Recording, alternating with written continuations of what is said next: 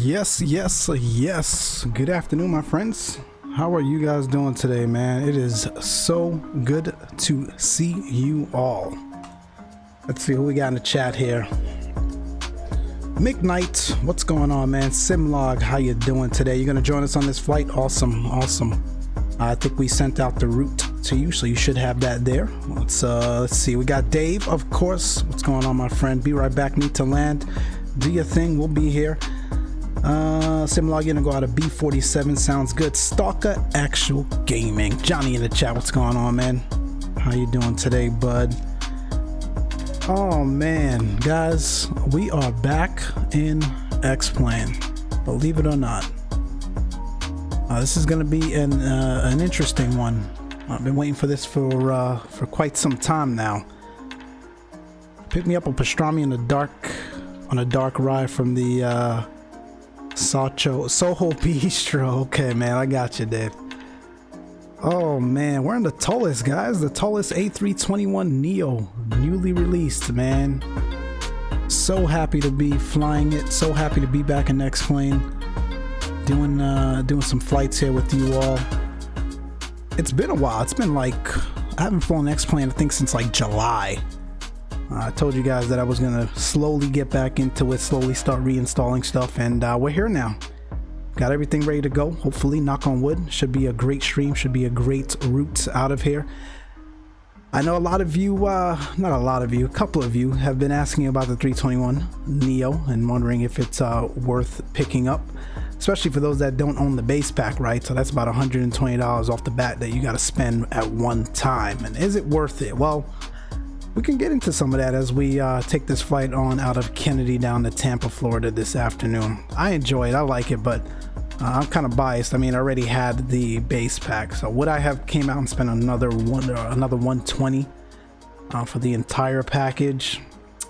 I don't know. Maybe if there were some guarantees that, you know, if they managed to do some development work and get this over to FS 2020 down the road, then yeah. But I don't know. But I enjoy it, man. Let's get into this this cockpit here and get some of these things going. Let me turn the music down. So good to be with you all this afternoon. It's been quite a week. I think our last stream was almost a week ago, right? Sunday. So been a busy week for me, man, but I'm glad to be here with you guys again. Let's do it.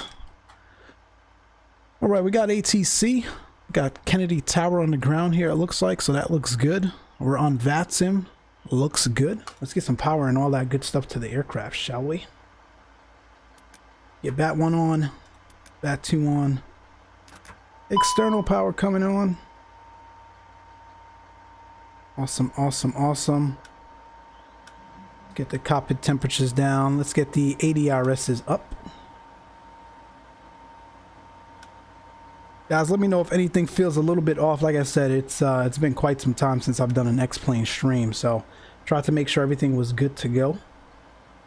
But if there's some, you know, differences and whatnot in the sounds, too low or too loud, definitely let me know. Cruise supply coming on, we need that. Ground control to auto, we need that. Strobe coming on. Nav, not strobe coming on, strobe to auto. Nav coming on. Got that third radio stack on. What else do we got? Emergency exit lights to arm, no smoking to auto. Sounds like they're closing doors on me back there already. We're not ready for that yet. Let's see. Open that back. We can close the catering doors. That looks good. Cargo doors can stay open. That looks good. We'll get some high pressure air going here in the cockpit and into the cabin. Let's get these lights lit up here. Chief Sim Pilot, what's going on, my friend? How you doing today, bud? Get all of this lit up. Might take me a little bit, guys. Might take me a little bit. It's been a while. At the end of the day, it's still an Airbus at its core, but it's been a while since we messed with the Toliss, so bear with me here. Let's get all that up. What's the altimeter here? We got ActiveSky now. It's been a long time since I've used ActiveSky, so let's see, 3038. Get that set.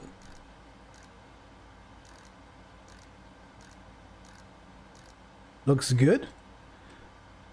Let's see what else is up here. We can get some brightness up here on the displays for the McDoos. That looks good. We get the radio panels on. Both first officer and pilot. DrewStone77, what's going on, man? Sorry guys, I'm just catching up on the chat here. Lots of buttons here. Lots of buttons for sure at work. Oh man, no shot. All right, that looks good. Let's see what else we're doing here. Let's see. We gotta get some fuel and weight on board. So let's go to the Toliss ISCS screen. Let's go to loading performance. We're taking about 100 packs today. Hit that to 101. That's fine. On the fuel, we're taking 2274. We're in the Pratt & Whitney's. I'll go into a little bit about the Pratt & Whitney's and the differences between that and the LEAP in a little bit here. We got a long flight ahead of us, at least long for me. You guys know I like to keep things to about an hour and a half, hour flight sometimes, but this is about 2.5 hours down to Tampa. It's been a while since I've been on with you guys, almost a week, so I wanted to do something where I could at least catch up with you guys in conversation and talk a little bit about the A321. So we'll get into all of that as we make our way down to Florida today. Fuel looks good. We need the takeoff weight needs to be about 152, 133 on the zero fuel weight. Let's limit the cargo a bit here. That's gonna do it for us. We can apply these load settings and apply the quick refuel, defuel. Ground services, that all looks good like I said. We are humming along here. Let's start Pack X.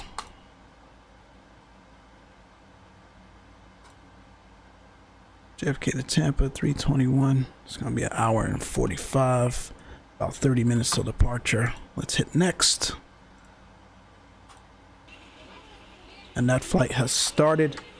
Now for the fun part. Let me know if you guys can see these pop outs okay. Yes, Drew Stone. The Pratt & Whitney's have a much throatier sound to them. I definitely like their sound for sure. Really? I found that the LEAP has a little bit more of a throatier sound. The LEAP definitely has the oomph that you're kind of looking for sure. Good news is this works in Xplane, so we can just load the flight plan in like this. Although I did see that the lovely fly-by-wire guys got some sim brief integrations working there over there in FS 2020, so that's good to hear. Our alternate today is Orlando. Our flight number is JetBlue 125. Looks good. Thank you, Drew Stone. I'm just making sure here. It's kind of small on my end, but if it looks good and you guys can see what I'm typing out, that's all that matters. 40 on the cost index. We're going up to 360, and then we're step climbing after Drake to 380. Yes, this aircraft step climbs. That is awesome. We'll get into all of that good stuff here in a bit. We'll align the IRSs. That looks good. Let's move that over. Let's move that over. I need the ISCS screen again. And I need our loading performance. What do we got? 138.1. You've got imperial figures now. Back when I was flying the Toliss, it was only kilograms, so that's great, especially for most of us here in the States. And 26.1 on the CG.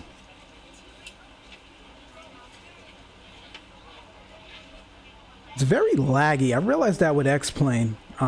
It almost takes, you know, 2 punches of the left mouse click there to get some of these things in. It's not as smooth, and it might just be the Toliss because I took up the Zibo and I didn't have any problems with that. So it might just be that. 20.2 on the block fuel.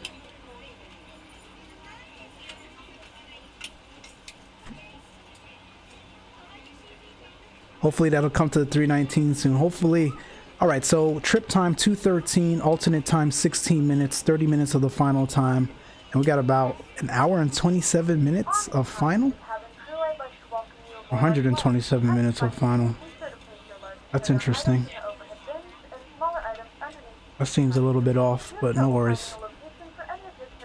Out of Kennedy, we're at a 3-1 left today. We can also do some fixed info. We can do some NADP 2 and 1 departures. We can do secondary flight plans. I miss the level of integration that some of these Airbuses have in these other platforms that we don't have in FS 2020 yet. So best believe we're going to simulate some of that today. We're out of 3-1 left on the departure today.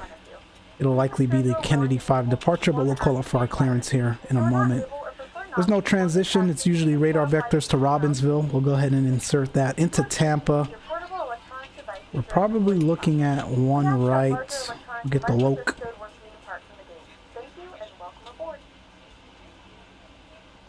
The localizer approach. They can change it once we get to Florida if they want.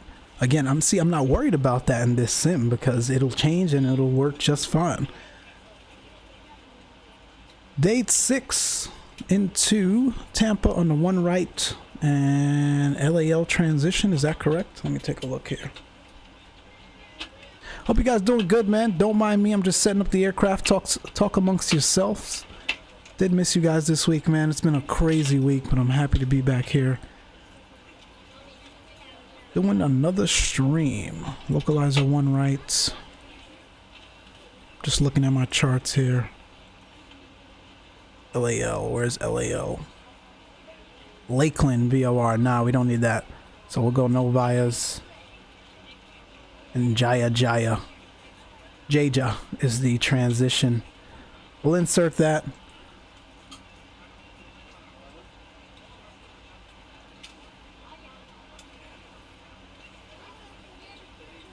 Good stuff. I think we got our flight plan. We just got to wait for this to initialize and then we can step through it. Let's get the wind request. That looks good. Yeah, Johnny, that didn't look right to me, man. Let me take a look, see if it straightened itself out.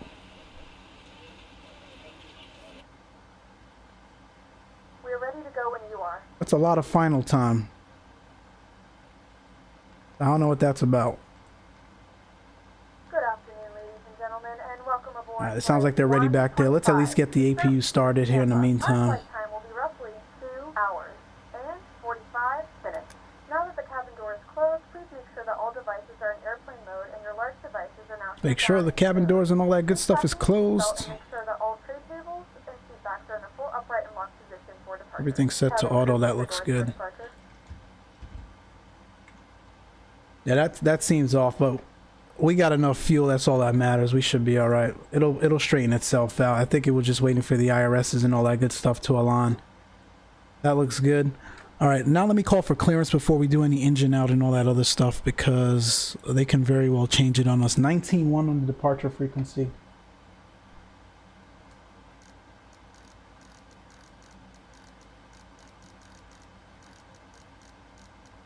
That's the other thing. I've realized that my radial panel doesn't work quite as well in Xplane like it does in P3D and FS 2020.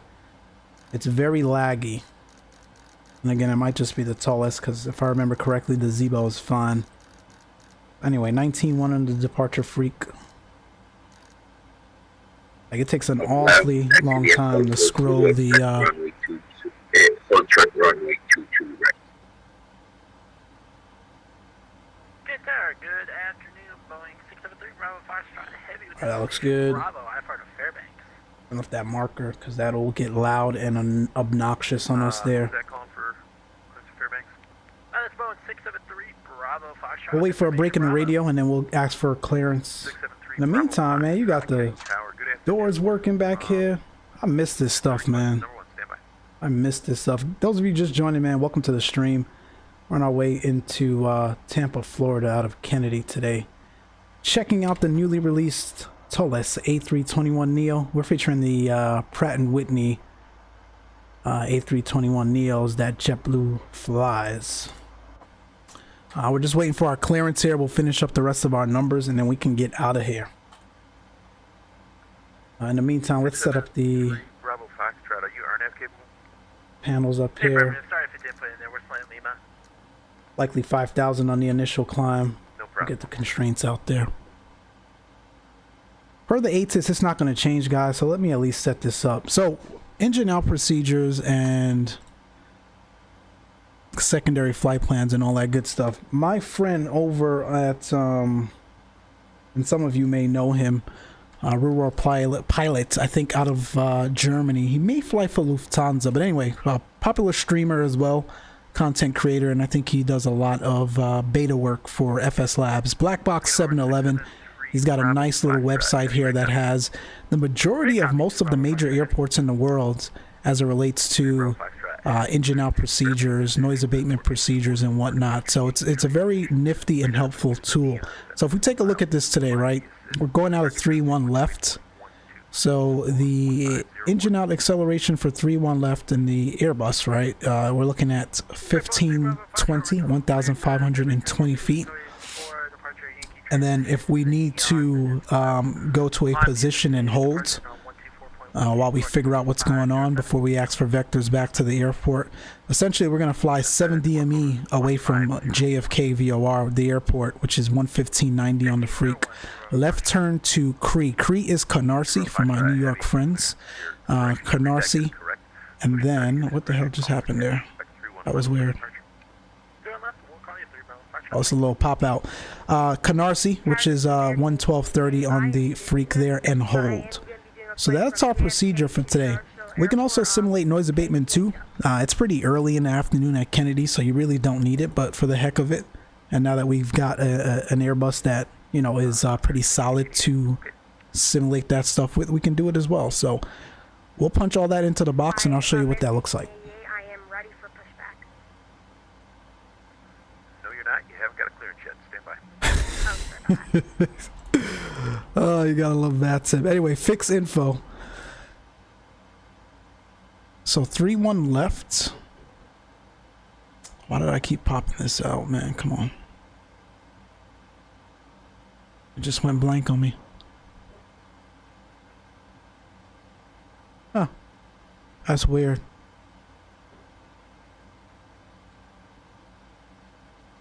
That's weird. Alright, let's do RadNav first. So we've got Canarsie, but we need JFK in here as well. Canarsie can stay in the VOR too. Let's do Kennedy.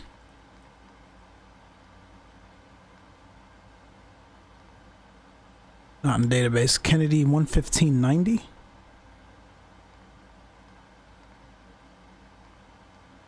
Or we might just need the frequency itself. Yeah, let's see.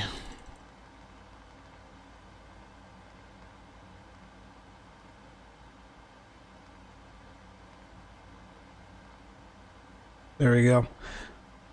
So that's Kennedy. You see our VOR 1 here for Kennedy. That's 1 nautical mile, and then VOR 2 is Canarsie. So that looks good in terms of the RadNav. Let's take a look here at the fixed info.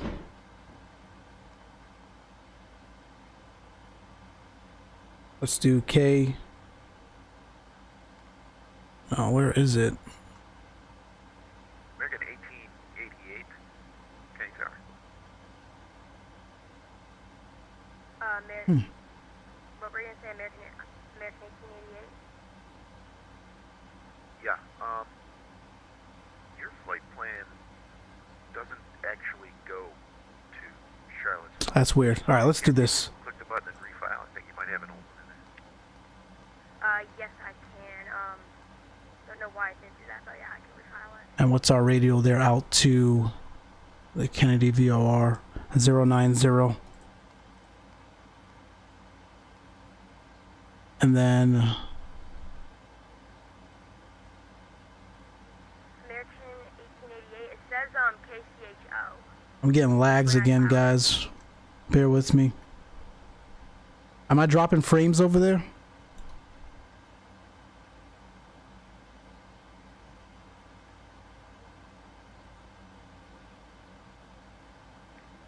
Yeah, I'm getting lags again. Anyway, let's keep trying this. 223. And then 25 nautical miles. So you've got a nice depiction here on exactly what we'll be doing. 3-1 left. The reason why, generally in some of the airports, right, you'd fly runway heading to about 25 nautical miles and hold. But as you guys know, the New York airspace is really congested with almost 3 international airports all within what, a 15-20 mile radius, if that. So if we got out of 3-1 left and we flew straight, we'd be going right into the New York arrivals and departures. We can't make a right turn because that puts us into the LaGuardia, New York arrivals and departures. So this is all set up to ensure that we remain clear of traffic should we have any issues on the climb out there. So that looks good. Our secondary flight plan, so I like to put this in as well just in case we blow an engine and we need to come back to the airport. Usually what I do is just copy the active. We'll do KJFK for the new destination. 3-1 left, I think, is the longer runway here based on the active, so we'll come right back into 3-1 left, or at least we'll ask for it. We'll drop that in. And no star, no vias, it'll all just be radar vectors right to the runway here. We should take precedent over any other traffic in the area because we'd be declaring an emergency at that point. So that looks all good there. Next up, what we can do, like I said, we can probably simulate some engine out procedures here. I'm sorry, some noise abatement procedures. Again, not necessary for this time of the day, but the fact that we're able to do that, let's try it out. Why not? So that's 1020 on the reduction and 1020 on the acceleration height. So we'll drop that in as well. And the engine out acceleration is 1520. Yeah, 1888. So I don't know how well the Toliss is modded, but it gives us the ability to do it here. So hopefully it actually mimics that. Anyway, let's step through the flight plan and see what that all looks like for us here today. And then we can finally call for clearance. Start that APU. That's out of 3-1 left, radar vectors to Robbinsville. We're headed south, down to Tampa. That all looks perfect. Perfect, perfect, perfect. Yeah, that guy is really tying up the frequency, man.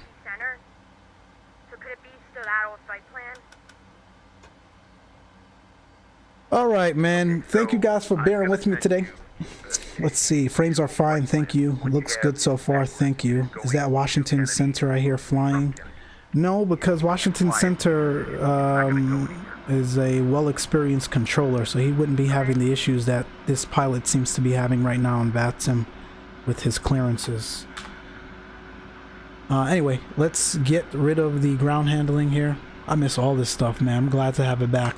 Let's drive that away. Actually, we can just hide all. That looks good.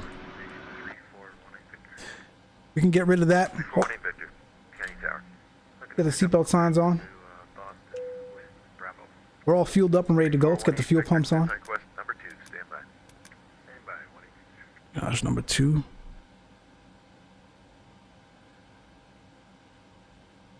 And New York JetBlue 125, also requesting clearance whenever you have a moment. Information Bravo. JetBlue 125, clearance on request. Number 3, stand by. And I always pick the wrong time to depart out of these airports, man. It's a regular old Saturday afternoon, and we're number 3 for clearance. Gotta love it. Anyways, 128.12 will be our departure frequency. Let's get that in early. Again, always want to be a step ahead here. That looks good. That looks good. Get that going. We can. 1888. Can you fly that? Actually. Yeah, I just need to Whoa. What's going on? Might take me a minute. Okay, work on the FMC. Give me a call when you're done with that, and we'll get you the formal clearance. Okay, sound good, and thank you for your help. Close that. I know it might be a little hard with me, but thank you. Cockpit door close. No worries, man. He seems to be a little flustered, but hey, we're all new at one point to VATSIM, so he'll get it. Everything else looks good, guys. I'm just waiting on my clearance, so let's chat in the meantime. We're into Pratt & Whitney's today. There's nobody on VATMAP though. Well, I'm number 3 for clearance at Kennedy, man. So there's got to be a bunch of people here. Man, at least you catch ATC. That's right, Johnny. You can't seem to get some good ATC whenever you stream, man. Unfortunately, I can't change it, and it disconnects me from VATSIM every time it tries to load a model. Similar, we talking about? Oh, I'm sorry, I can't join you today. VPilot is all of a sudden giving me issues with default model. Oh, that sucks, man. Heavy, runway 31 left, taxi via Still fly it though, bud. Alpha. Are you flying P3D or Xplane? Were you going to join us in P3D or Xplane? Correction. Forget that. I gotta give you a different one. Taxi via Let's get Papa APU bleed on. Bravo Juliet Old Short 22 right. Sorry about that. We can get rid of the external power now. We can also get rid of that in the ICS or ISCS screen. From Kilo, if that's possible for 3 Bravo 5 shot. We know we're going to get 3-1 left, so we might as well at least put in our performance numbers here. Let's go to config 1+F. It'll utilize our active flight plan, not the secondary. Okay, November 341. So it'll be Victor, 1 up 0.3. Ready to copy. 1A Victor, clear to Boston Logan International Airport via the score 4 departure Yankee transition. Radar vector. We're flexing to 5-7. Climb via SID, departure frequency 128.12, squawk 1543. And 44, 44, and 47 RRV speeds today.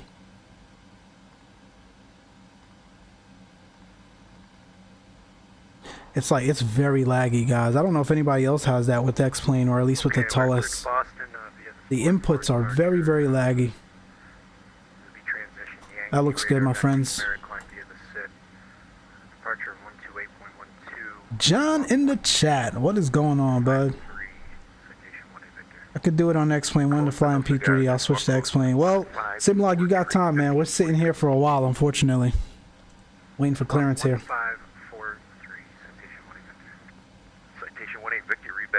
We can at least pre-plan the pushback, right? 3-1 left for departure. Call me for taxi. Expecting 3-1 left, and we'll call you when we're ready to taxi. Round to cockpit, plan acknowledged. Call me through the menu when you are ready.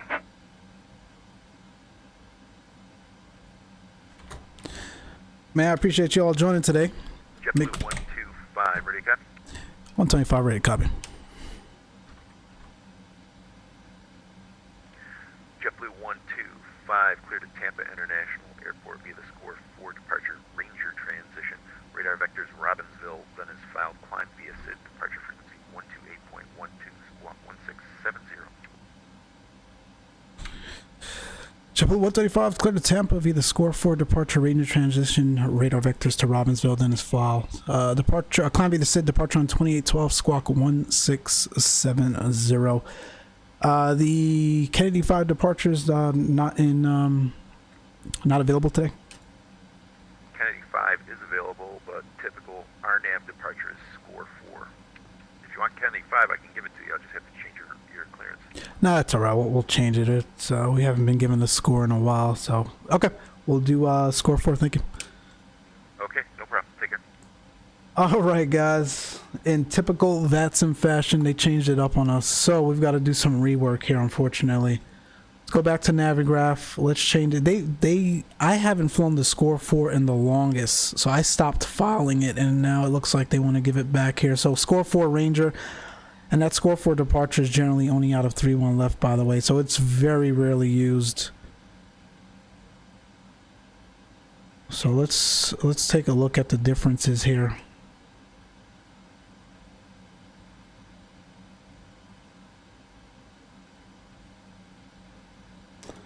So let's edit this. It doesn't change our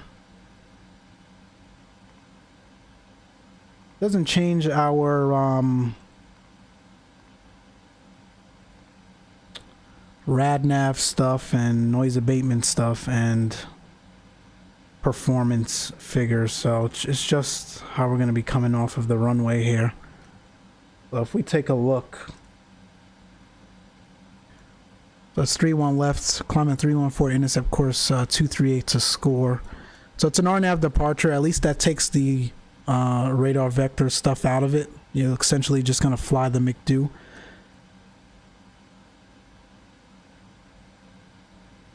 So, yep.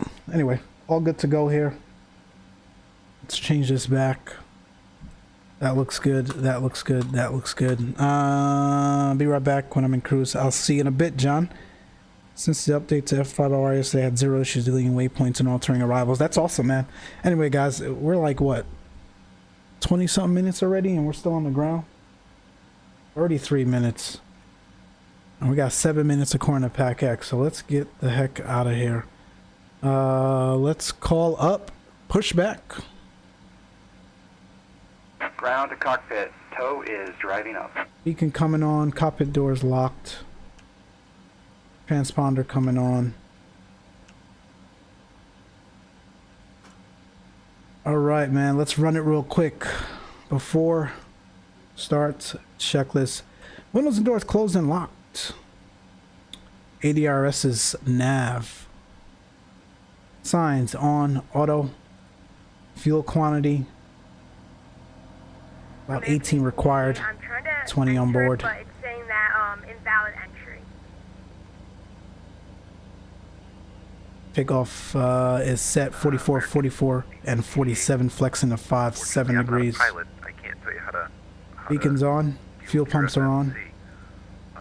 Okay. We're ready to go. All doors and hatches are closed. Ready to connect. Okay, I'm gonna try and file a different flight plan to somewhere else real quick and see what I can maybe get a different one.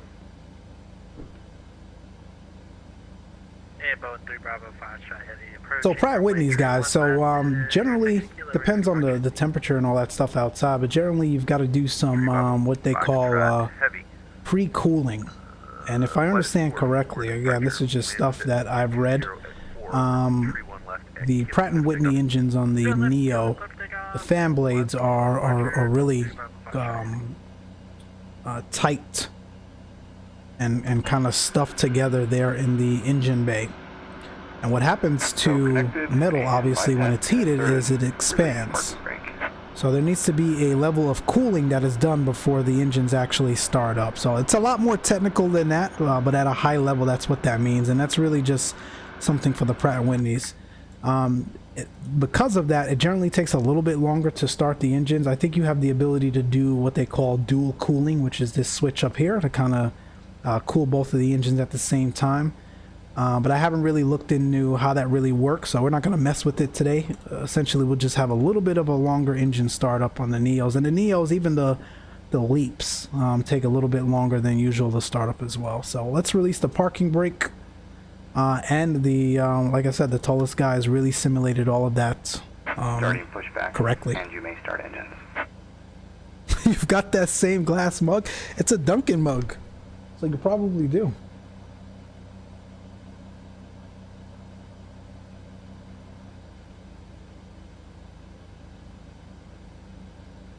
All right, man.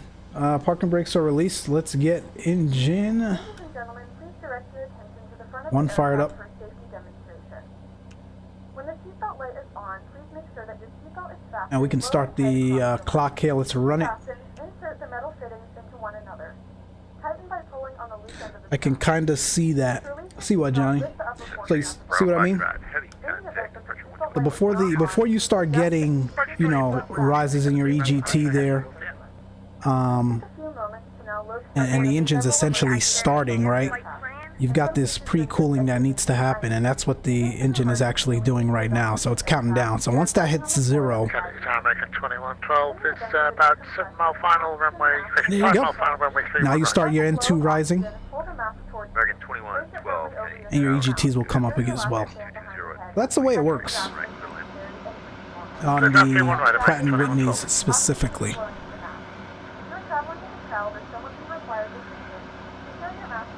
Even normal turbofans need to be motored a bit after quick turns. Yeah, the only thing though,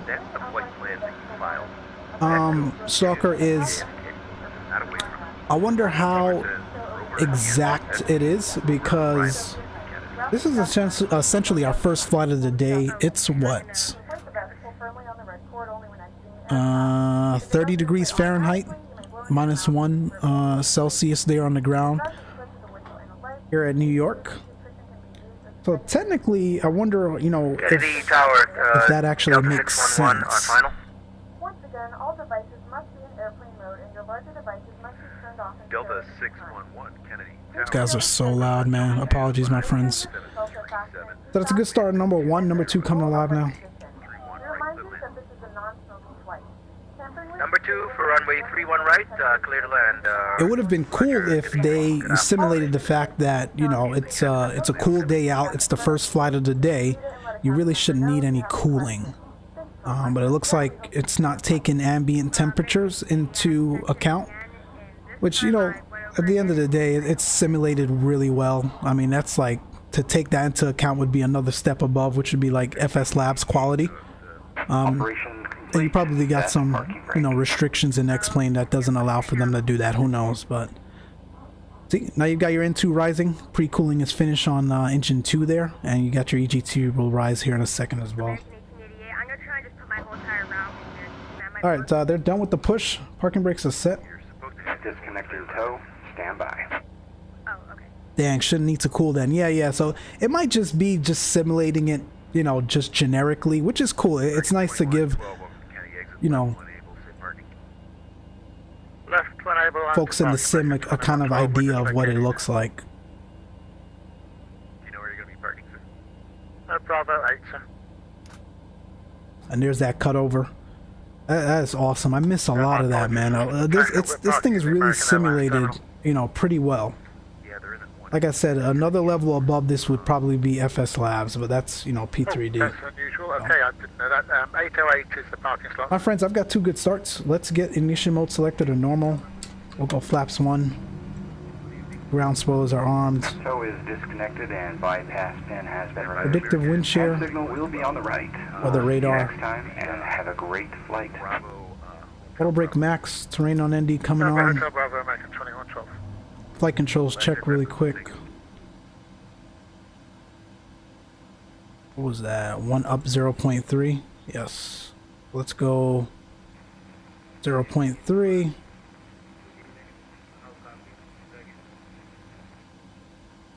That's full up. And I forgot we're in Xplane now, so we could probably do this on the move like you generally would in the Airbus. A lot of echo in your room. It's kind of difficult to understand. But that's all good. Rudders. It's full left. That's full right. That looks good. Y'all ready to go to Tampa? Let's do this. APU bleed and master can go. As you can see, it's pretty clear out today. We've got 0 on the TAT, no anti-ice and all that stuff required. I do have another joystick connected for simulating the rudder, I'm sorry, the tiller, so that is cool. I'm starting to use that lately. Let's call for taxi out of here. Yes, if that's Dragon 2 calling, first I don't see on my scope, and second, you're very difficult to understand. Appreciate the likes, my friends. Thank you. Thanks for tuning in today, man. It's gonna be a blast. I missed this aircraft. I missed this sim more than I thought I would, so we're back in it. Let's do it. Hey, tower. Information Bravo. JetBlue 125 is ready to taxi 31 left. JetBlue 125, runway 31 left, taxi via right on Alpha, left on Gulf, hold short 22 right. Right Alpha, left Golf, hold short 22 right for 31 left, JetBlue 125. Delta 611, exit left 1A, will you headed down to the international terminal? We're prepared for Roger, I don't have a gate as yet, but yes, sir, I am. I see what he's doing. Parking brakes released. Okay, you can taxi via Bravo, Hotel Bravo. Taxi lights coming on. Taxi via Bravo, Hotel Bravo, Delta 611, thank you. And Kennedy Tower, do you have a PDC clearance working?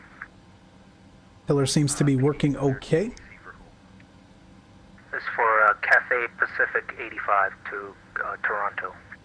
No, this is the first I've heard from you, sir, but I'll get one out to you momentarily. Stand by. All right, we're exiting the ramp here.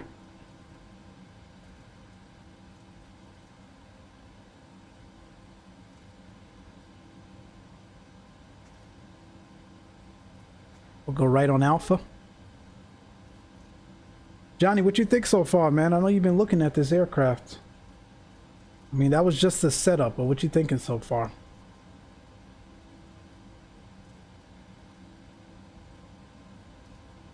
I think the sounds are okay as well. It's not going to be BSS quality. You know, that's part of the reason why, you know, I was really looking forward to FS 2020, man, because, you know, a lot of these payware aircrafts you pay, you know, certain money for, and then you got to turn around and pay another $19, $20 for sound packs, man. That stuff adds up quickly, it really does, but the sound packs are really, really great. But, you know, you could live with the sounds here. I think the ambient sounds are fine. I think the engine sounds could have been a little bit louder. I know it's the Neos, so they're not as loud.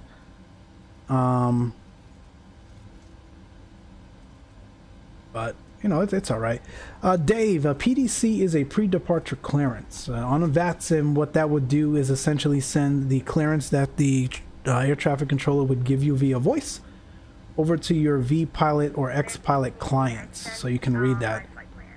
Makes it a lot easier. You don't have to read it back, and you don't have to contact the controller about it unless you have any specific questions as it relates to that PDC.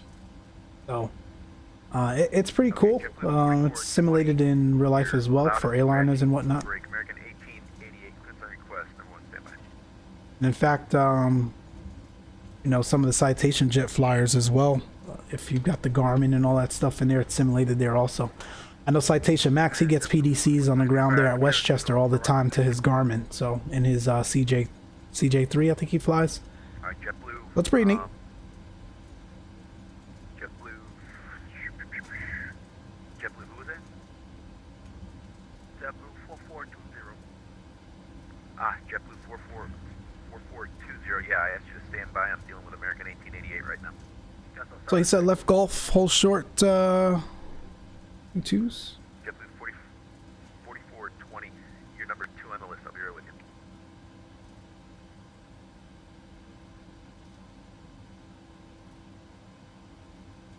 So actually, for, you know, some of you guys really just getting into VATSIM, it's PDCs are really good. You don't have to worry about reading back the stuff to the controller, but it's still good practice to get that under your belt, though, man. PDC usually speeds it up a lot, for, you know, for some of the controllers and aircrafts waiting on the ground as well. We'll hold short 2-2 as instructed. Take a look at this beautiful aircraft, man. I missed this, guys. I missed this. Have I said that already? I really missed it. Yeah, right.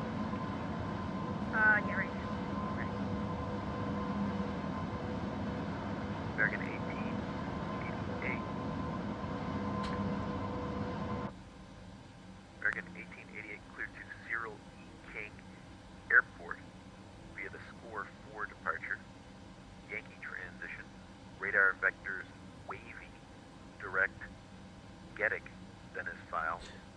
Sooner talk to the ATC personally. Yeah, it speeds it up though, man. Like what he's doing right now, if he would have just sent PDCs out, we wouldn't have waited so long for our clearance. I wouldn't be sitting here waiting for him to tell us to cross the runway. So it has its advantages. It really does. American 1888, your readback is correct. Push and start at your discretion. Expect 3-1 left for departure. Call me for taxi. Where's the snow? There's no snow, Drew Stone. It's not snowing in New York. Oh, you mean on the ground from the last few days? I don't know, man. JetBlue 1808 with you inbound on the ILS runway. I don't have X Enviro. It looks cool, but I'm not spending $70 on that, man. 31 right, clear to land. JetBlue Unfortunately, so I think X Enviro simulates having snow on the ground from a snowstorm 3 days ago. That's interesting if it does. JetBlue 4420, are you RNAV capable? Yes, sir. Come on, guy. JetBlue 4420, I got that clearance. Ready, copy. See, Dave, this is what I'm talking about. This is why PDCs are helpful. 4420, you're cleared to Toronto International Airport. And an aircraft on the ramp shouldn't take priority over an aircraft on an active taxiway trying to get out of here. Departure frequency 128.12, squawk 1534. But we'll try to remain patient. I appreciate you guys hanging out with us today. And we're going to be down to Tampa, Florida in the lovely A321 Neo. Should be a good time. Weather looks good down in Tampa.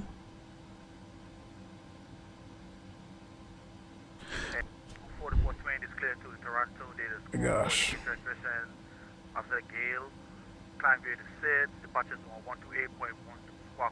Burning fuel, man. JetBlue 4420, readback is correct. Push and start at your discretion. Select 3-1 left for departure. Call for taxi. 3-1 and go for taxi. JetBlue 125, cross 22 right at Gulf. Cross to the right, Golf JetBlue 125. Let's get out of here, man. Let's get out of here. We're clear down the runways. These aren't in use anyway. They're not the actives today, so, but we always want to double check. You got this, Cap. You know VATSIM. Chief, you see it on my face, man, right? Oh, brother. As if the flight isn't long enough, man.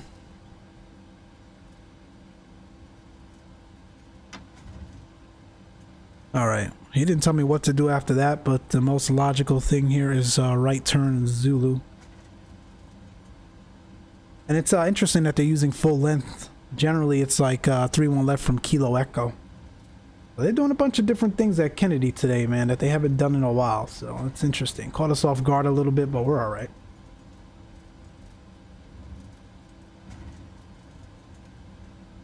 That was a janky turn there. We're trying to get out of here, man. That's why I asked what a PDC was, because the pilot asked for it. Ah, okay, I didn't hear that. Rightfully, too. Now, again, generally you wouldn't have, you know, tower issuing ground clearances at a Class Bravo airport, but... Tower Cathay Pacific 85, request engine start and push. Don't need to call for that. 85, push and start. Takeoff config. That looks good. Roger. Make sure our folks back there are ready. There looks good. All green there on the ECAM. We're getting ready to get out of here, my friends. We will get to Tampa today. We will get there.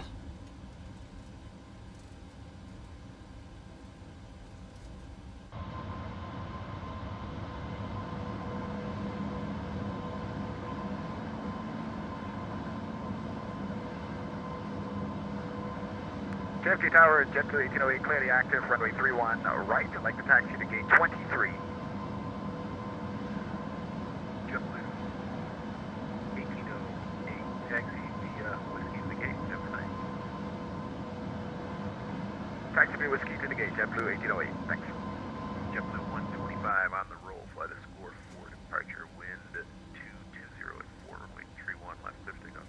Score 4 on the roll, 3 mile left, clear for takeoff, JetBlue 125. Light him up!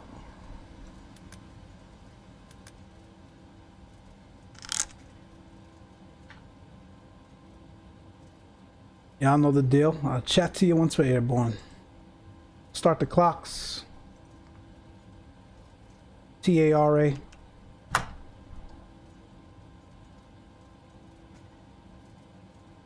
Spool them up.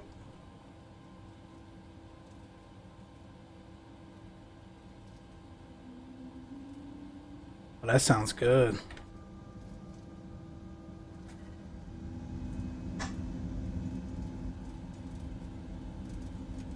Stable. Thrust is set. Thrust is set. Manflex 57 SRS runway. Auto thrust is blue. That's 80 knots.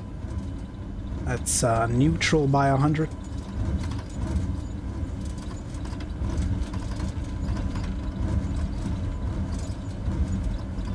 And that's V1.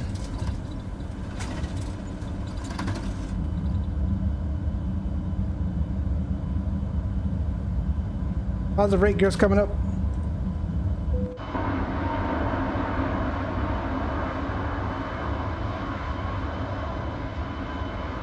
Oh yeah.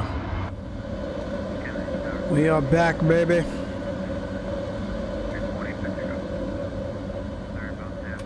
That's climb thrust. Immediate left turn, guys. You do not want to blow New York's airspace. That's a no-no.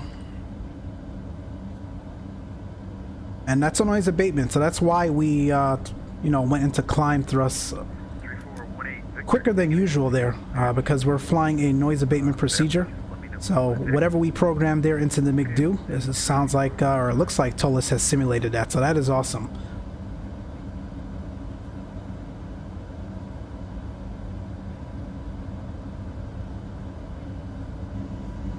My gosh, this is gorgeous. That's the Aqueduct racetrack there.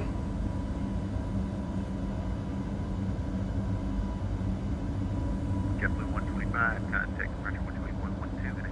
2812, we'll see you, JetBlue 125.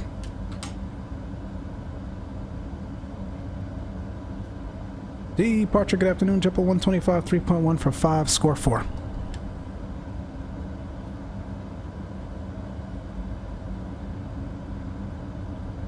Eastern 200, waiting for exit. Giant 7163, having the approach, how do you read?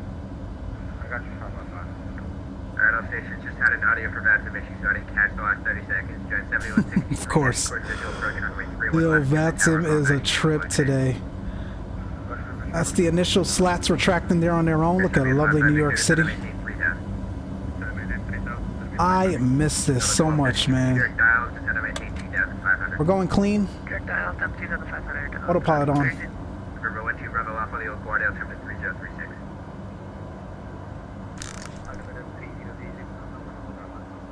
125 up. 125's up. JetBlue 125, ready to contact, proceed direct Robbinsville, climb and maintain 11,000. Direct Robbinsville, 11,000, JetBlue 125. Direct Robbinsville, 11,000 on the climb here. Reset, 11,000, alt blue, looking good. Yo, this is amazing. Smooth departure, thank you, Chief. VATSIM maybe does not require that. Most airports have ramp. Yes, in the States you don't, oh, that's loud, isn't it, guys? My bad. American 607, clear to the Boston Logan International Airport. LaGuardia 6 departure, sound climb, radar vectors merit than as filed. Maintain 5,000, expect flight level 210, In the States, you don't need to call for pushback here on VATSIM because this, generally in the US, you would have a ramp controller controlling that in real life. In Europe on VATSIM, they want you to call for push every time, no matter where you are. Maybe because in real life, Europe doesn't have ramp controllers, I don't know. 2 o'clock, about 4 miles in opposite direction, A320 at 6,000, no factor. 125, got him on TCAS and looking visually. Roger. Let's see, American 607, the readback was correct. Plan runway 4 for departure. Y'all see him? Oh, 2 o'clock. Dude. Runway 4 for departure, will lines ready for taxi. Thank you, American 607. Air Serbia 55 Victor, turn left heading 280. I don't have them, but I tell you what, it's so nice to see traffic on TCAS again. We don't got that in FS 2020 yet. Right, after takeoff checklist, gears up, no lights, flaps retracted, Delta 429 near conversion low. spoilers disarmed, lights as required, packs are on, after takeoff checklist is complete. Guys, we're finally off to Tampa, man. JetBlue 125, contact the center 125.32. 2532, JetBlue 125. Also a reminder to please keep your seatbelt fastened throughout the duration of the flight and do not form a line near the lavatory. This aircraft is equipped with onboard Wi-Fi. If you wish to It connect takes to so Wi-Fi, long you to will be scroll required with to Toliss install on this radio panel, man. We do offer complimentary in-flight TV thanks to our partners. Connect to the Wi-Fi to find out more information.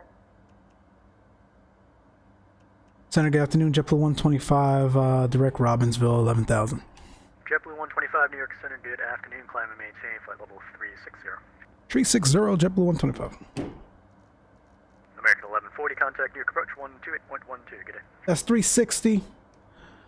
Who else is up? DC Center 3370, 3372. Frontier flight 3011, pilot's discretion, descend and maintain 3000. Descend and maintain 3000. I'm gonna jump in the chat here, guys. Let me just get the aircraft situated.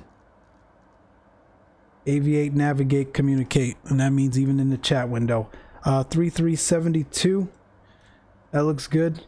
That looks good. We can clear some of this up now, so it looks like we won't need to return back to Kennedy, thankfully. So we'll clear the fix info and we'll copy back over our active flight plan for the secondary flight plan. That looks good. That looks good. Man, we're out of here. We're out of here with some ortho too. I got the ortho back, man. I think I got most of the US done actually, so can't fly Xplane without ortho.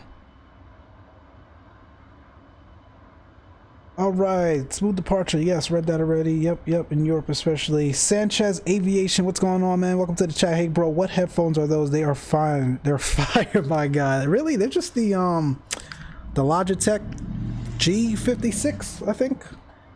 The mic is terrible on them. I used to use the mic for streaming and recording, but it's it just sounds pretty bad. So that's why we've got our HyperX Cloud now. But in terms of, you know, being actual headphones and the volume control and, you know, the bass and all that stuff, they're pretty good, man. You know, they're not like some high quality stuff, but they're solid.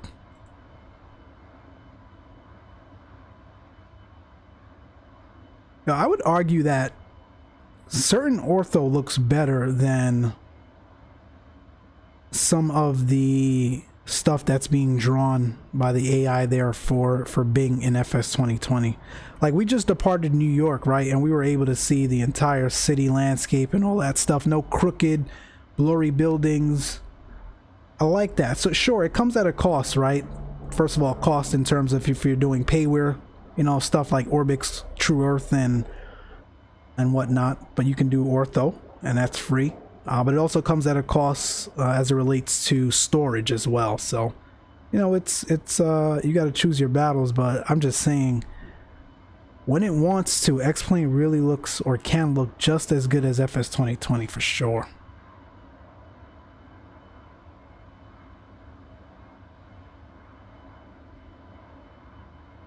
I got a 70% on PackX because we're late and I forgot to tell them that the seatbelt signs are on. PackX needs to integrate with that. Like PackX should read, you know, if it's utilizing FSUI PC anyway, it should be able to read whether or not you have the seatbelt signs on. Because if you forget to tell the actual PackX client that the seatbelt signs are on, it dings you for that.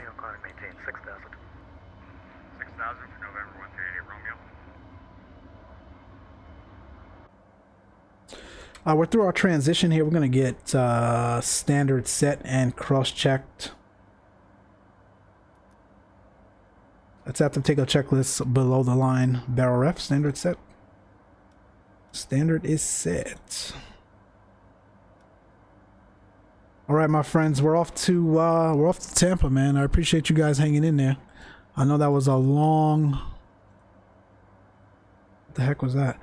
I know that was a long time to get out of the airport there, but we are doing it. It's also because MS Asobo keep dumbing down the draw distance to appease users whose PC barely maintains minimum sec. Yeah, that's terrible, man. That's terrible.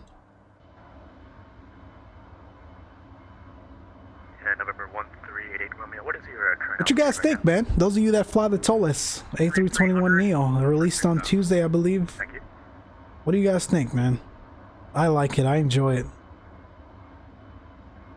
I was trying to do a stream earlier this week, but like I said, it's been a crazy week, so Frontier Flight 3011, Trenton Mercer's at we finally got it up here. 6 miles fortified. Frontier Flight 3011 has fuel inside. Frontier Flight 3011, clear visual approach, runway 24.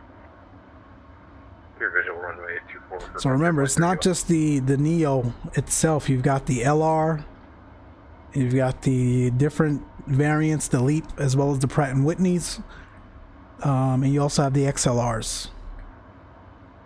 So, and I don't think the XLRs are being flown yet by any airliner. Maintain 6,000 and proceed direct. I think it's Maintain 6,000, direct Skirby, November 1388 Romeo. I think they're starting to come out in 2022, I believe. The first airliner will be flying it, if I'm not mistaken.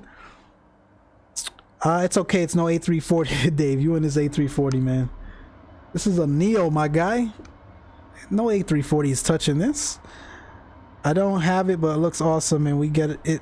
It's in, I can't read today, and we get it at insane weeks of work and duties. Agreed. Super tough lately to go live. Yeah, man. Yeah, it's a year end, so it's definitely been interesting. But we're winding down here. Hopefully, be able to do some more streams as the year ends, because January will be crazy as well. But as long as we get to spend time with you all, it's great. Chief, you make it work though, man. You too, Stalker. No matter what time it is, you guys find a way to come on, man, and we appreciate that. There's nothing like watching, you know, you guys do some streams after a long day of work and just jumping in the chat and conversing, man. We enjoy it, so shout out to you guys, man. And those of you that are in the channel here or in the chat tuning in today, don't forget to check out Stalker and Chief Sim Pilot's channels. You'll love what you see. Guarantee you that, man. Great content creators and aviation enthusiasts here like myself. So check them out. November 1388 Romeo, contact Boston Center 134.6. ANA flies a bunch of 321s, watching them at Narita last night. Yes, they do. Southwest 814 cross Troy, and maintain 120,250 knots. The affiliate altimeter 3037. I think the popular ones though are the regular Neo LRs, if I'm not mistaken. So I think JetBlue will be flying the LRs, which is this one. Actually, is it this one?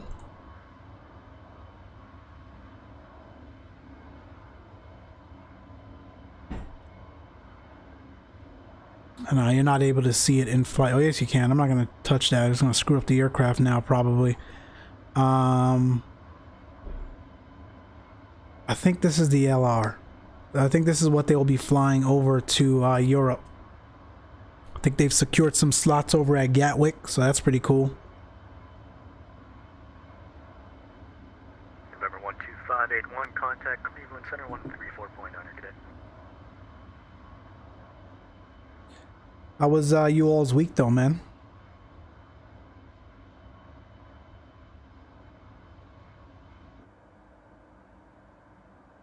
I also like that it simulates, you know, kind of a normal climb based on, you know, your weight and payload and all that good stuff to cruise.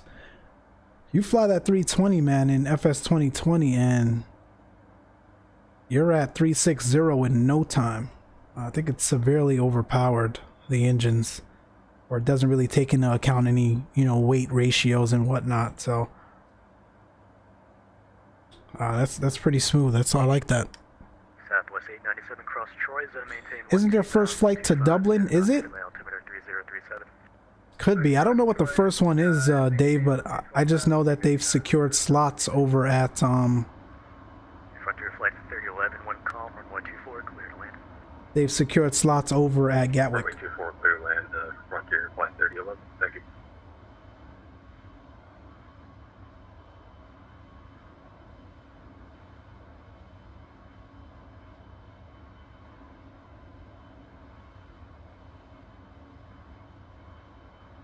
Cool beans, man. Let's get some music in here.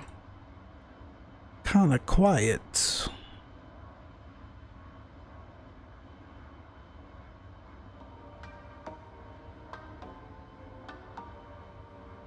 Southwest 814, contact Potomac approach 119.85. Good day. 1985, Southwest 814, good day.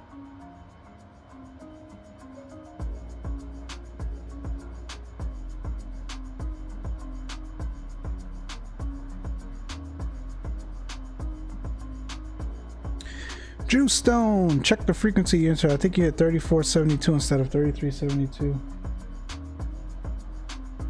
Yeah, you're. I just fixed it here on the radio panel. Drew Stone, good eyes, man. Where did you see that?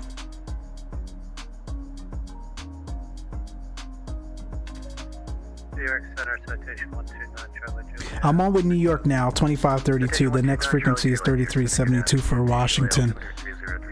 Oh, we got that teed up. I just noticed that on the radio panel over here. Good eyes, my friend. Thank you. New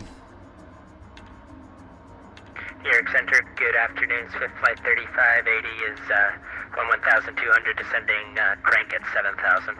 Swift Flight 3580, New York Center, good afternoon. Short stay with me, contact New York approach 128.12, good day.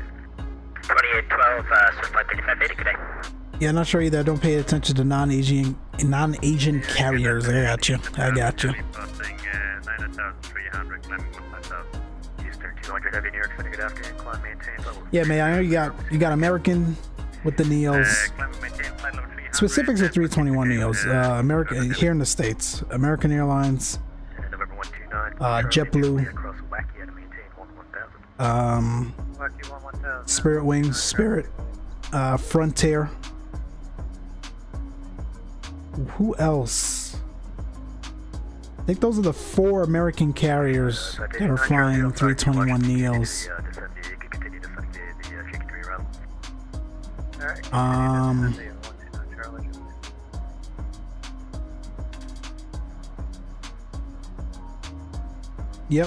Yep, those are the ones. And in Europe, you've got, I'll attempt, but I know you've got Lufthansa. You've got EasyJet, British Airways. I don't know who else.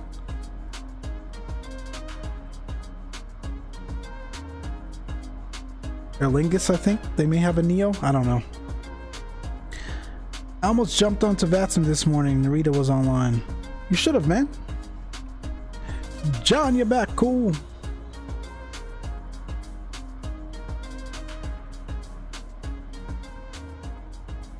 Welcome back, my friend.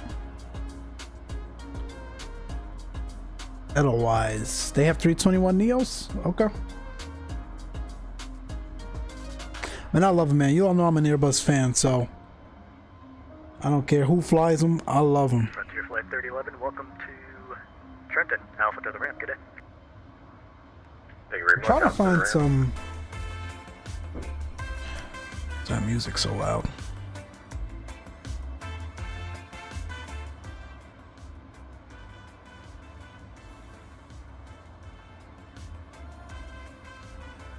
I'm trying to find some additional liveries. I can't find any for the Toliss. Climbing through 290. John, where you going? You've left Houston to where?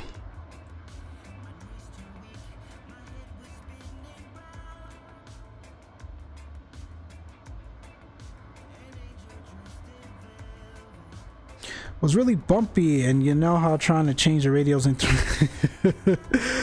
I'll try to change the radios in 320 is bumpy. That's why I got a radio panel, man. I know all too well.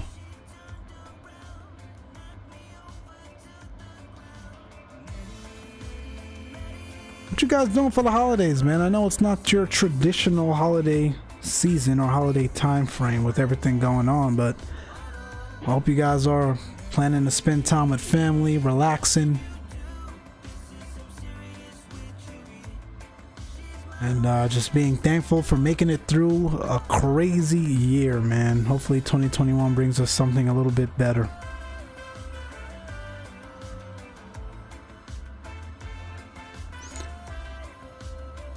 John, you're going to Hot Atlanta. Okay. You on VATSIM? I won't do VATSIM until I get a radio panel. Eh. Dave, you don't need a radio panel, man. Like I said, do what I do. Stay ahead of the frequencies, man. Man, so you think it's worth dropping a bill plus 120? Oh, man. Johnny, you gonna put me in a tough spot, man. Oh, let me get these seatbelt signs off.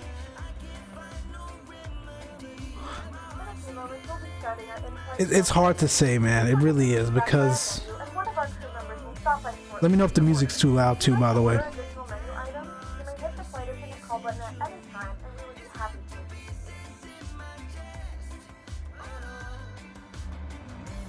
It's hard to say, man, because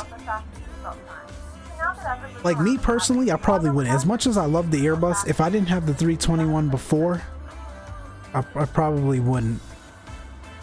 Because as much as I'm back in Xplane now, and as much as I enjoy Xplane, like I've already convinced myself that the future is FS 2020. So you know, I'm going to be spending very little money in Xplane or P3D at all. Actually, I probably won't even fly that anymore altogether, but New York Center, Epic Victory, like I was saying earlier, unless I had, you know, a guarantee that Toliss was coming to FS 2020 and that they were going to provide a discount in FS 2020, probably not. And then I know you, Soccer, I know you, Johnny. You fly the Airbus, but you're not an Airbus guy. You're a regional guy, right? True to, you know, when you're flying, you know, commercially. So you're a regional guy. How often are you gonna find yourself? I feel like I'm yelling, man. These guys are so loud. Turn them down. How often are you gonna find yourself in an A321? I think you own the 319 now, right? And I rarely see you fly that thing. So I know you like Airbus, but you're not an an avid Airbus fan. So to drop 120 on that's saying something. Now, on the other spectrum, if you're going to be an Xplane for, much longer, and, you feel like FS 2020 is really not going to cut it for a while, especially, if you like the 321, I'd get it. I would certainly get it. Let me turn VATSIM back up. Hopefully I didn't miss a call, but I had to turn that down, man. These guys, the mics are way too loud. Yeah, I would get it. But I'm talking about he's a Mad Dog guy. Thank you, John. He's a Mad Dog regional Embraer kind of guy. Heavy climb and maintain flight level 320. Doing 548 knots in a climb. Oh, you smoking that thing. I don't see those numbers often in the 320. No, you don't. And he's also a freighter guy. You guys are right. I got some weird blend going on with the ortho here. That's weird.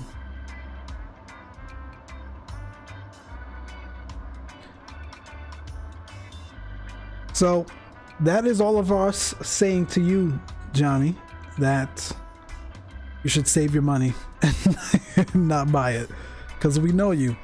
We know you.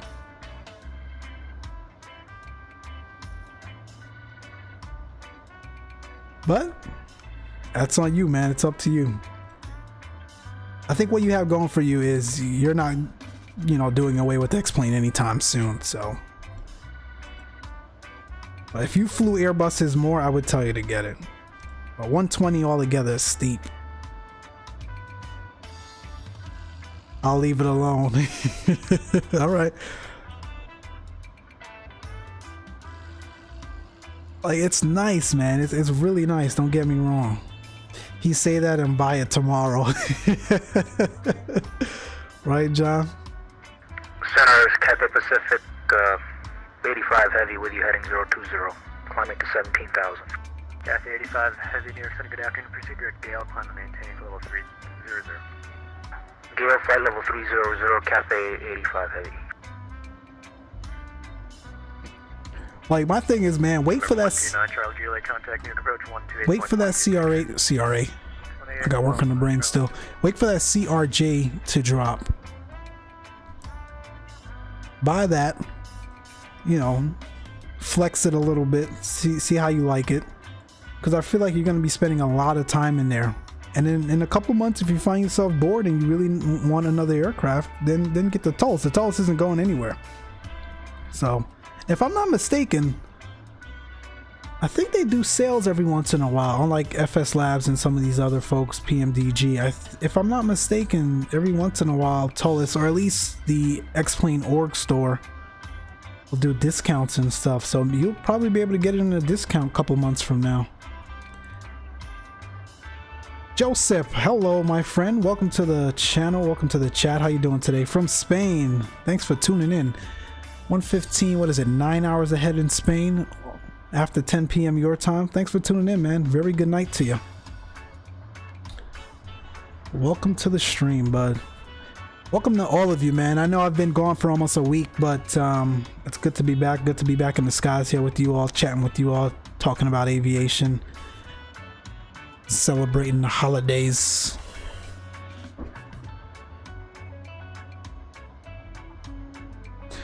I'm looking at your shot there, John. You got some nasty weather. I'm staying far from that. Hard pass. 22:17 in Spain. Yep, I was right. JetBlue 125, contact you. Washington Center 133.72. Good day. 3372. Good day. JetBlue 125.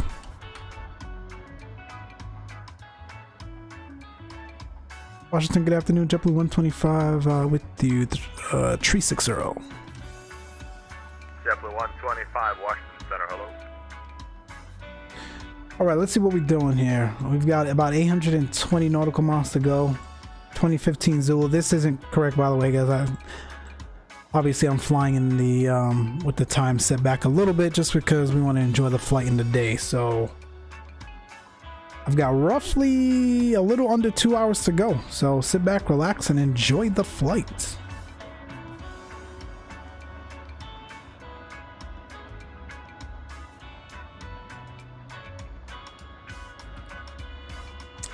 I'm gonna have to fly through it like a boss. Nah, nope.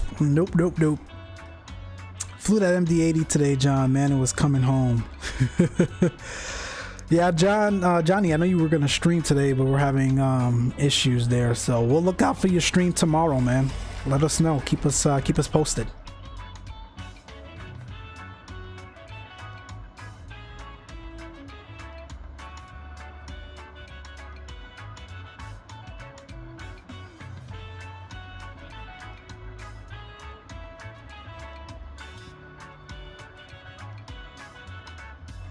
Nice one, Johnny. I took back up an old hobby and it's milking me.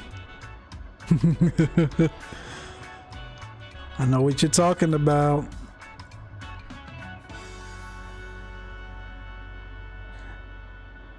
Johnny, man, I know you've been talking about that MD-80 for a while, man, but I'm like a real route kind of guy, man. It's hard to find routes for those things now.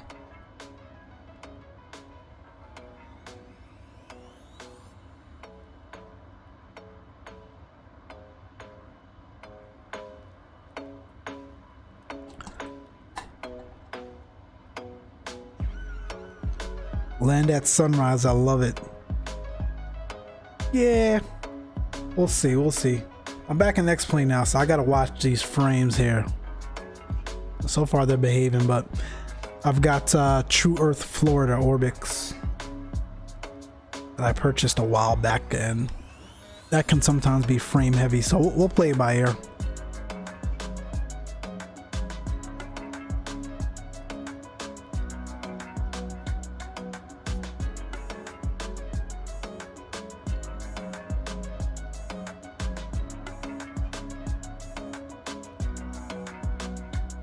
Sure you don't. I do.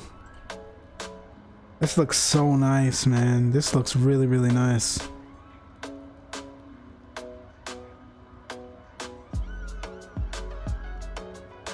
JetBlue 12-7, retreat Jacksonville Center's closed, frequency change approved. Over here to call for JetBlue 12-7, good night. Matt. We'll likely have ATC all the way down. I know he said Jacksonville Center's closed right now, but this time of the day on Saturday, he'll probably come on. And then we'll probably get Miami down to Tampa, so we'll see.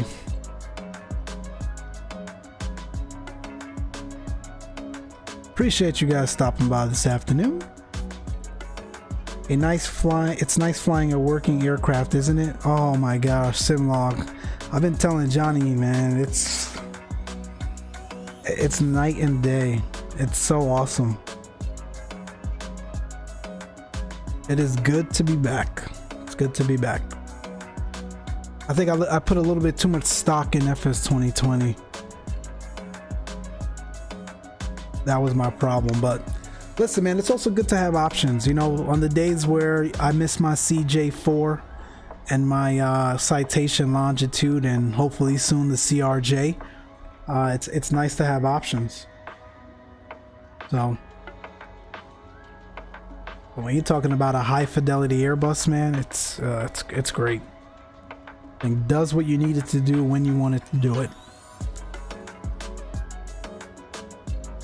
We'll be back probably. Shouldn't be no comment. I know, John. I know you've been telling me. Johnny too, man. You guys been telling me to avoid that Airbus like the plague, but I couldn't help myself, man. FS 2020 looks so gorgeous. It's amazing. You know what they've been able to do with that sim that you can run on a desktop hardware. Listen, does it have its faults? So, you know, sometimes in some of the sceneries and the AI being used to draw some of that, sure, but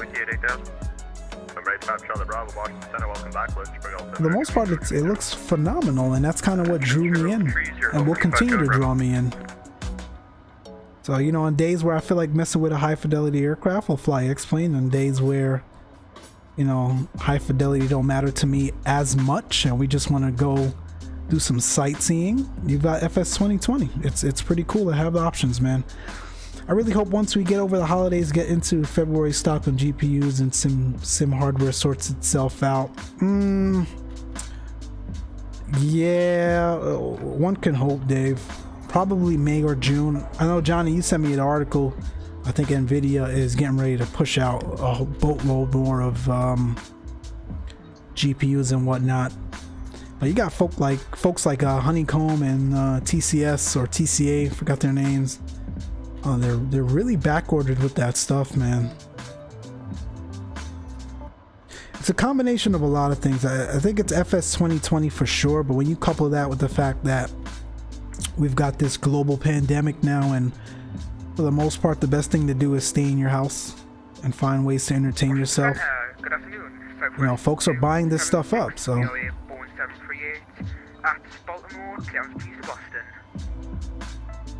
yep, land class is better than anything, but the sim is supposed to relax me. It doesn't unless I fly GA.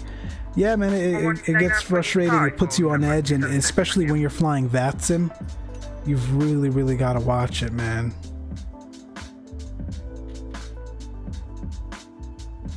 It's good to be back. I was saying we'll be back probably Tuesday. Should be a lighter week for us, hopefully. So we'll probably try to get something up Tuesday, and we'll fly the Zibo. I think someone asked me the other day if I knew how to fly a 737. Man, I had to laugh because it's been a long time. I don't think a lot of you are new to the channel, right? So you're only used to seeing me fly Airbuses and Citations and some of those other things. But we dabble in the 737s. I know enough to be dangerous, so that's the next flight. We'll go back and do a Zibo flight. We'll do one of my favorite routes. I used to do it a lot for work, actually, and that's Ontario to Phoenix and back, probably, depending on the time we stream, but we'll at least do one leg, Ontario to Phoenix. In the Zibo, we'll do Southwest, so stay tuned for that. Join the Discord if you're not already. We usually post the stream schedule and whatnot in there.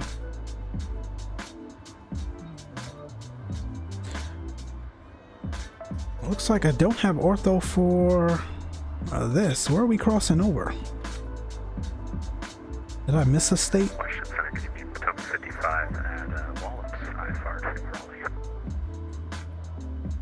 It don't look bad. Let's see.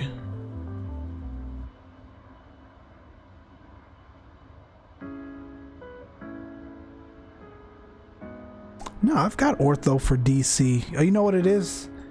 I don't have it right around, you know, that big block around the airport. So that's Reagan right there. That's what's going on. I actually think that's ortho. It's just different. It's drawing different. I think I used a different source. So.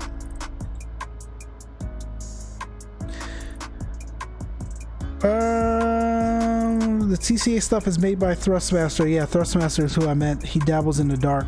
He dabbles in the dark side. I do dabble in the dark side. I'm an Airbus god, man, but I know how to fly the Boeings. We'll get around to it.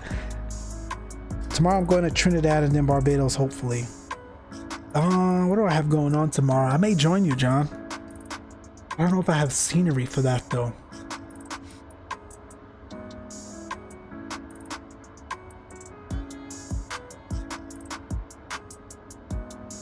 I don't know, we'll see.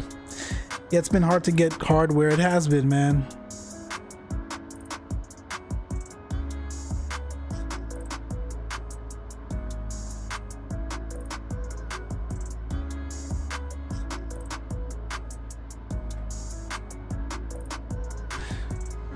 But yeah, hopefully it sorts itself out, man. Hopefully it sorts itself out. We'll see.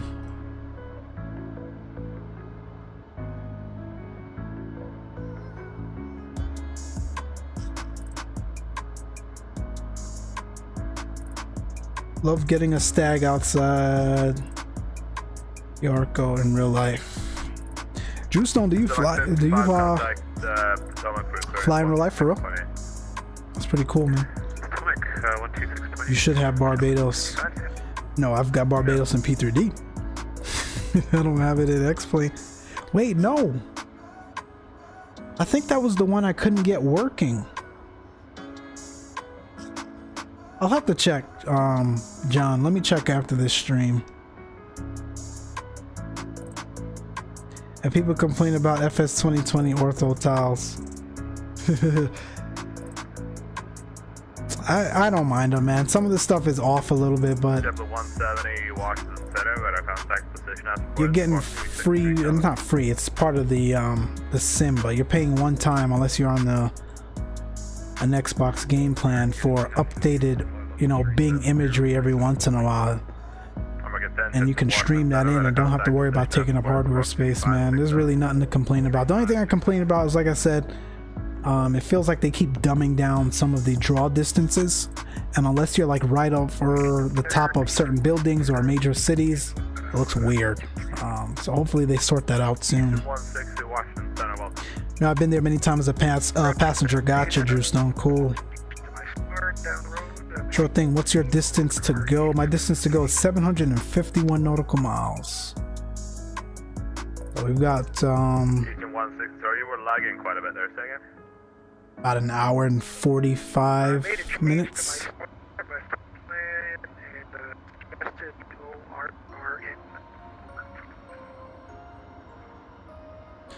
It's a long one, man. A long one. On my side, your side, on the service side, but you're coming through really I wanted to stretch the legs of this thing a little bit. We were going to do so American flies there, Neo from LAX to Phoenix and in between. We're thinking about doing that. That probably would have been a much shorter, easier flight. Or we could have gotten in 2 legs in the time that we're going to get in 1, but we'll do that next time. Okay, thanks. Follow with me for a second. Japan looks pretty. I gotta check that out. 355 for me. I'm sorry, I missed it, John. Did you say you were online? Are you on VATSIM?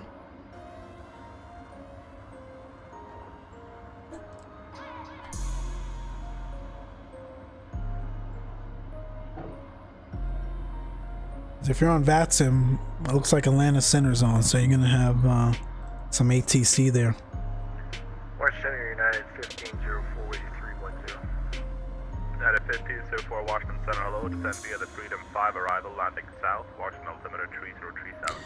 Yeah, not seeing cities in the distance is annoying. Should be a priority to load them before anything else. Agreed. Agreed.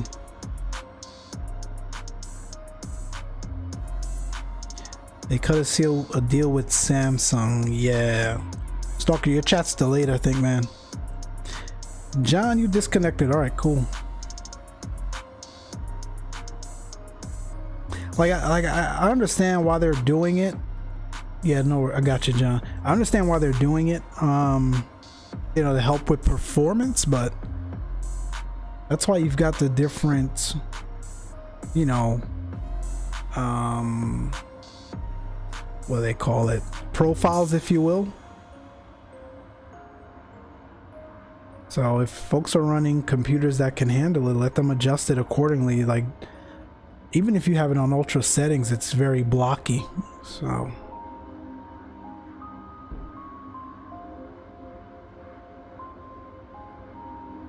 appreciate you all tuning in this afternoon, man. I appreciate all the likes as well. We're on the A321 Neo, checking out the newly released 321 Neo from Toliss. Oh, beautiful for spacious skies. That is an actual JetBlue livery. Heading down to Tampa. I forgot you can walk through the cabin in Xplane too, right? Let's go. Let's see what we got in here. Let the first officer know that we're gonna be stepping out. We'll get one of the FOs to step in for us. I'm sorry, one of the flight crews to step inside for us.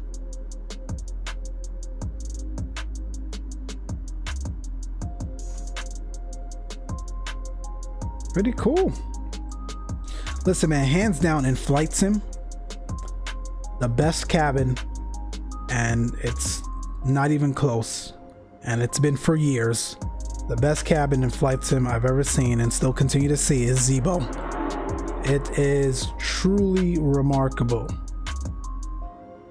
and it's not heavy on frames. You don't take a frame hit. I mean, this is pretty good, right? Especially when you think about obviously P3D and all that stuff, but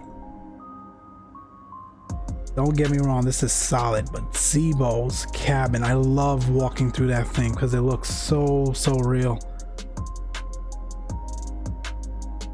And then got to remember that it's also a freeware aircraft, so I love it. Anyway, but there's no real differences in the Neo as it relates to the interior cabin. You think CaptainSim is better? I can't remember what CaptainSim's looks like. I flew that aircraft twice and parked it forever. Don't get me started. But I think you're right. CaptainSim may be pretty good. I just can't remember what it looks like. Anyway, no real differences in the 321 Neo interior wise, besides again, and this is, you know, customizable depending on the airline, but your overwing exit doors, you can have some different slightly configured exit doors and whatnot. Back with me again, can you hear me? I can, but you're still lagging a lot. I'm not sure if it's your internet connection or it could also be your sound card. Well, you'll find though, and this is mostly with the states, the airliners here in the US. These 321 Neos are really full of, not full of, but they've got a lot of transcon seats. And what I mean by that is, like, for example, JetBlue's Mint up front for first class. They've got a bunch of those, and they've got a bunch of even more space, and then they've got the regular traditional cabin. So while this can fit, you know, close to 190 packs, folks like American and JetBlue and those guys don't really have that much seating capacity because they've got a ton of you know, seats that are designated for first class and whatnot. It's pretty cool, especially on their transcon routes.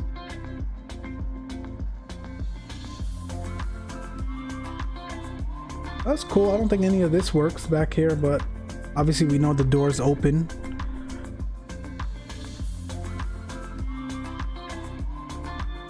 The Wilco Legacy business jet had the best interior I ever saw in an aircraft to this day. Interesting. Anybody who flew Wilco stuff is an OG. Robert, agreed.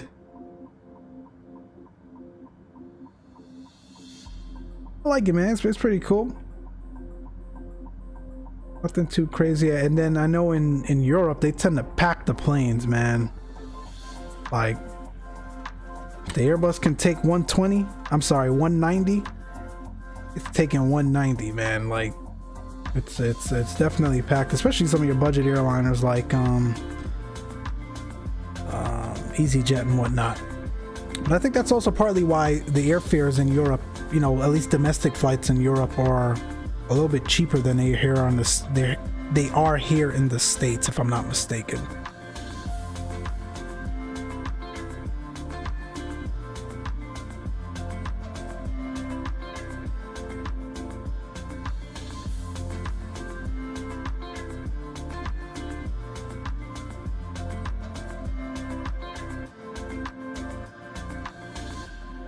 Did DC Center log off?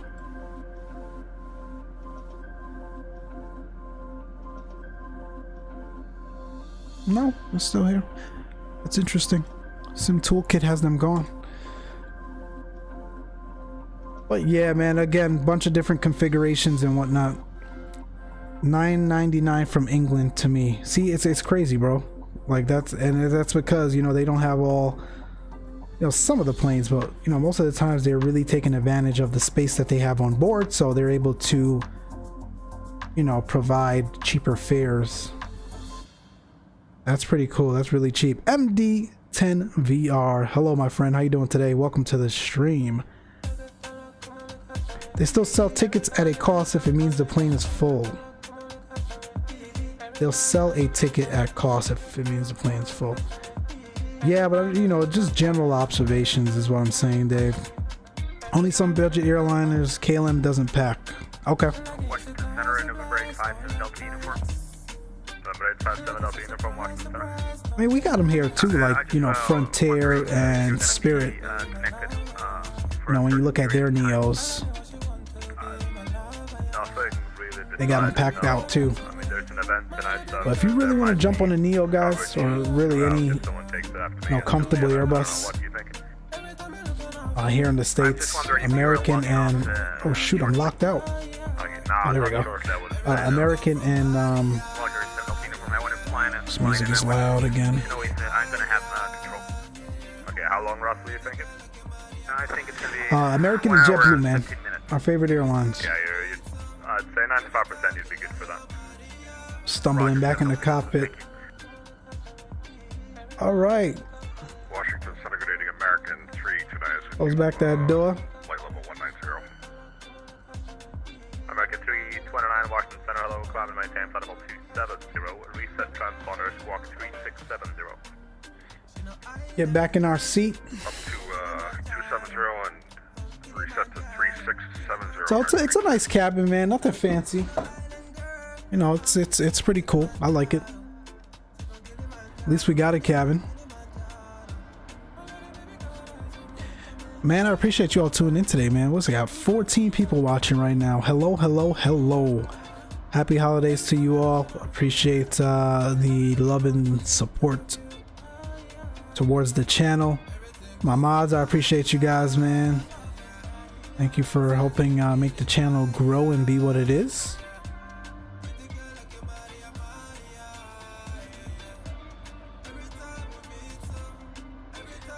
You guys have a great holiday season, relaxing holiday season. Stay safe out there, man. It's been crazy. American 320 was so nice. American can whip their Airbuses too, for sure, man, for sure. And like when I say like you guys know I'm an Airbus fan. It's not just because of the the systems and whatnot. From a passenger standpoint, man, it's comfortable, more comfortable than a Boeing. It really is. I'm not talking about the wide body Boeings. I'm talking about like the 3.8s, the 3.9s, even the Maxes. 737s are so uncomfortable, man. They're much narrower. They don't have the overhead bin space that you want.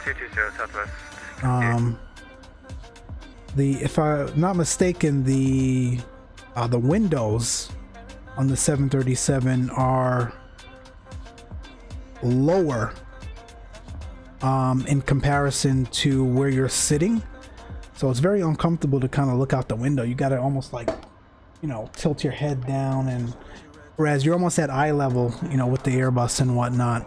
You got traditionally, again, it depends on how the airliners set it up, but traditionally you have more leg room in an Airbus.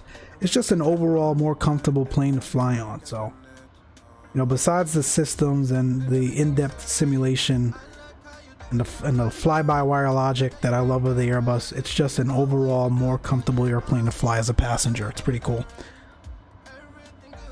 That A220 was like riding a magic carpet. I'm telling you, man, I haven't been on one yet, man. I gotta get on one. Took one to Salt Lake. Really?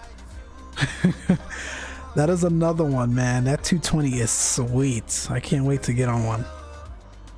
In fact, I think from a simulation standpoint, I think there's I don't know who, but there's a developer bringing one to FS 2020. No timeline, but I think there's some videos of it at least flying. So. That was 3261 Washington Center. Hello, climb and maintain flight level 260. The future is bright, my friends. The future is bright.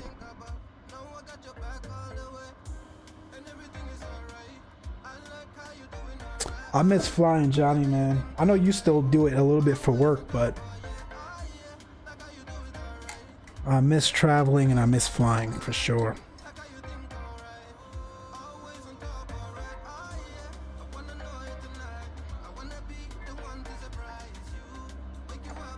No, Whiskey Simulations has the P3D model. I don't think it's Whiskey that's bringing in one to FS 2020. I might have dropped it in the Discord. Let me see if I can find it.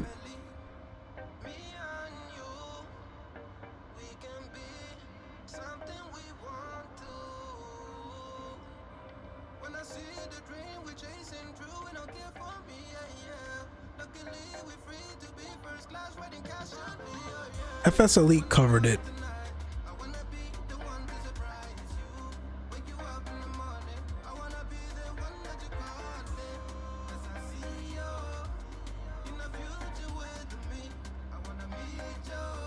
Yeah, I just dropped the FS Elite article.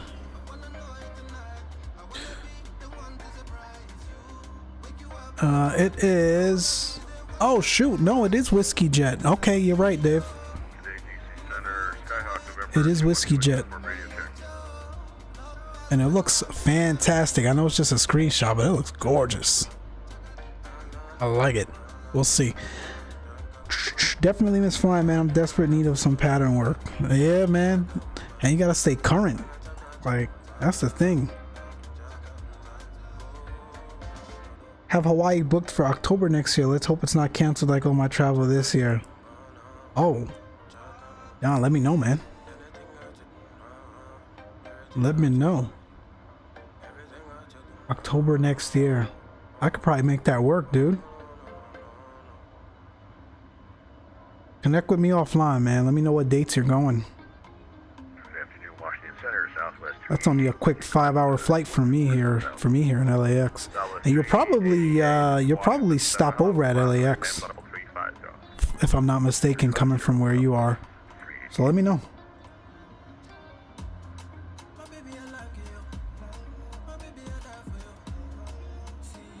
I think it's been about 2 years. When was the last time we were in Hawaii? About 2 years ago, I think.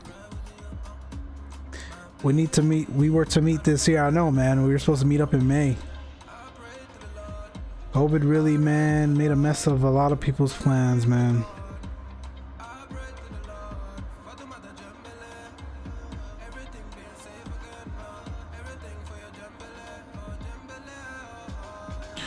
Let's see how we doing.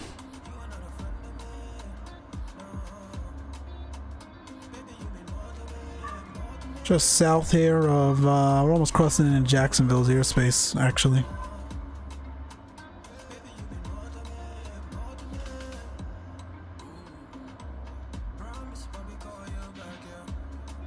We're looking all right. Let's check out the distance to go, about 650. Fuel looks good.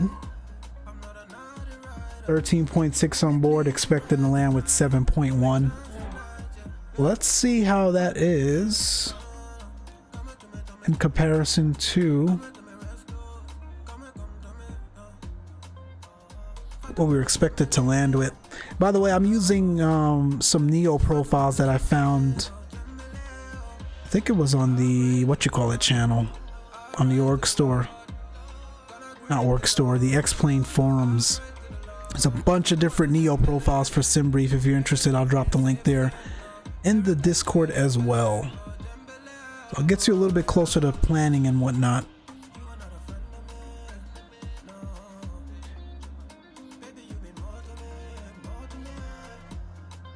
So while you're here, man, that's something that you always want to be doing, man. Just looking at your waypoints, looking at your estimated fuel on board, what's remaining. You want to make sure you're not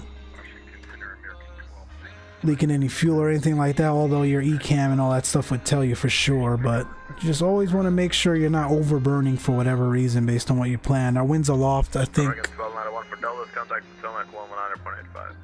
that was expected. Yeah, we got average winds of 259 at 95, so we expected some, you know, interesting headwinds today, so that looks good. If we went back here to fuel prediction, well, it's still saying we got about an hour and 2 minutes of extra fuel time, which for expected to land with 7.0, that's probably about right.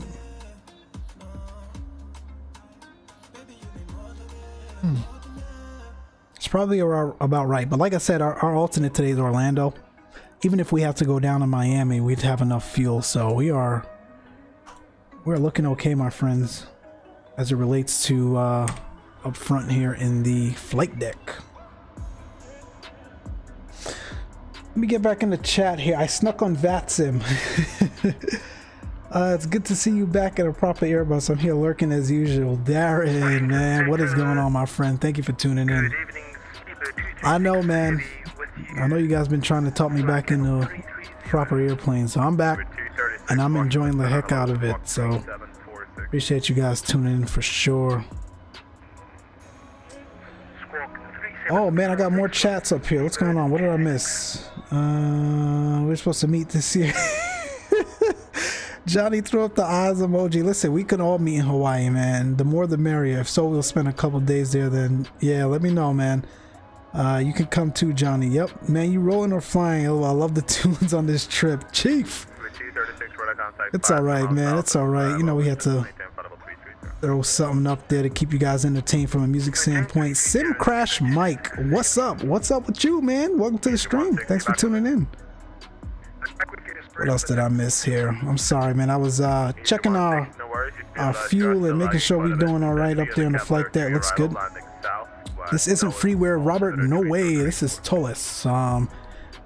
Altogether, the 321 pack plus the Neo will cost you about $120 US. But we had the regular 321, what, about a year ago? So that was 70. So this additional add-on is about $20, I think, or $30. That map says you're flying the 321 Neo long range. I think I am. 16, I'm sorry, but you're lagging to the point where it's more or less unreadable. Just verify you're descending via the I think that's what JetBlue flies, no? Anyway, that's what we follow. That's what we have configured, so that's correct. Does this bird simulate the whole landing technology? Robert, what landing technology? Sim Crash Mike says, I work at Tampa. That's cool, man. What do you do at Tampa? Are you part of the ground crew there? Unfortunately, it isn't, Robert. I think Xplane.org, $29. That is correct, Stalker.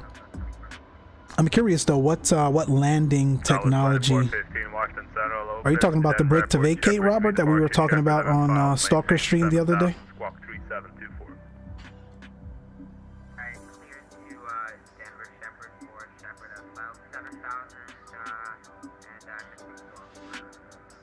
Speaking of playlists, man, I don't usually stream this long, so I think I'm running thin on music here.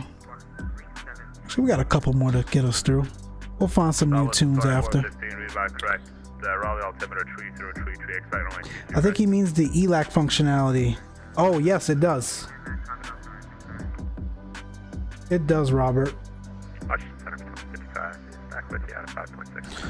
Yeah, I work for UPS. I push back the 300 and 757 right now. Oh, that is awesome, man. Welcome to the stream. Welcome to the channel. That is pretty cool. Thanks for tuning in. Until you get your audio issues sorted, because I really can't understand what you're saying. Descend via the Cavalier 3 arrival landing south.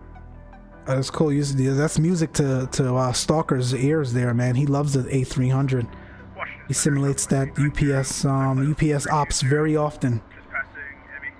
Definitely check out his channel. That'll be cool. You guys can get together and talk about routes and all that good stuff.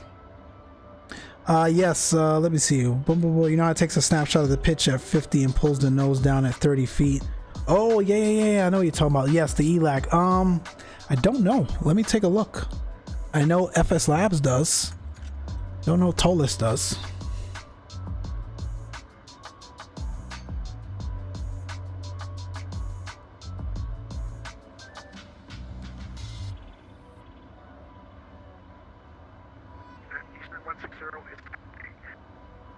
Eastern 160 again, you're lagging to the point where it's unreadable. I can't really make up much of your readback. Could you verify on text that you will descend via the Cavalier 3 arrival landing south?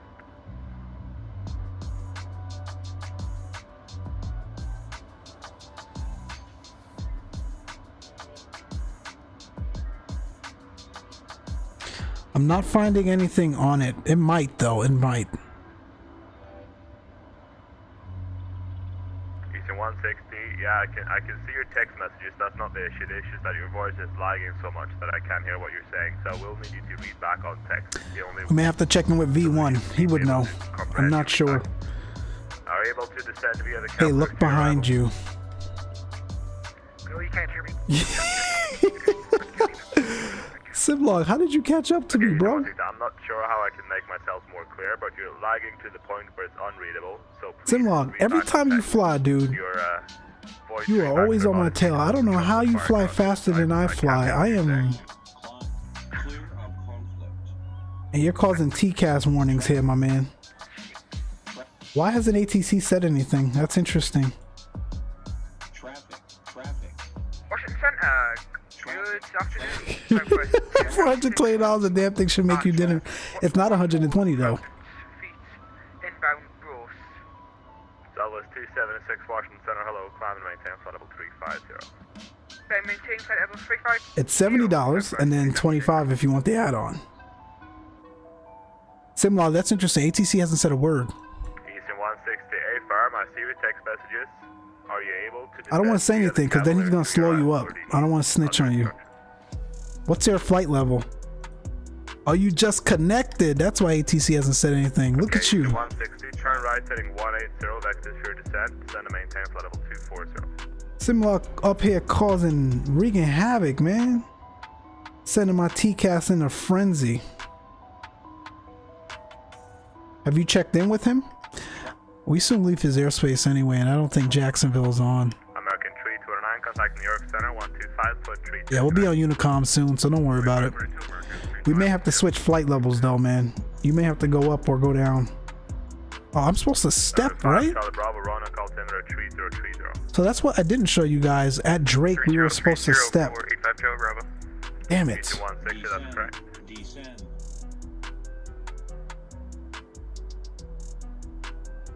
JetBlue 125, traffic 6 o'clock, 2 miles, just connected at your altitude, same direction. Are you happy to stay at 360 while I try to get in touch with him, or do you want to climb or descend? Yeah, we know who it is. Our TCAS is going crazy. We need to step anyway, so can we have 38? JetBlue 125, sure, sorry for that. Climb and maintain flight level 38, so I'll try to get out of him as soon as I can.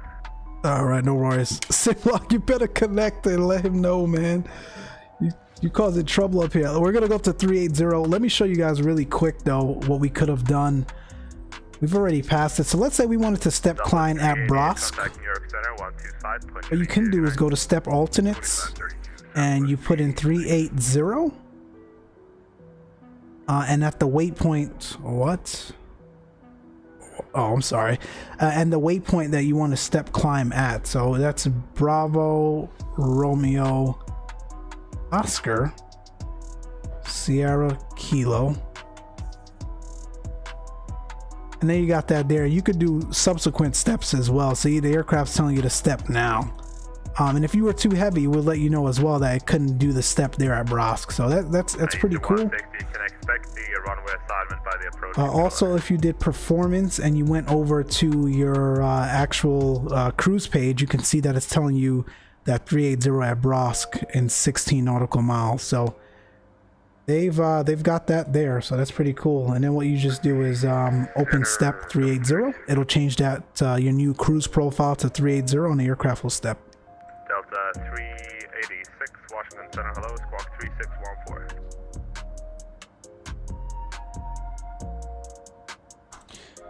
So that's the step function. It's great, especially when you're simulating, you know, cross country or transcon flights. That is available there.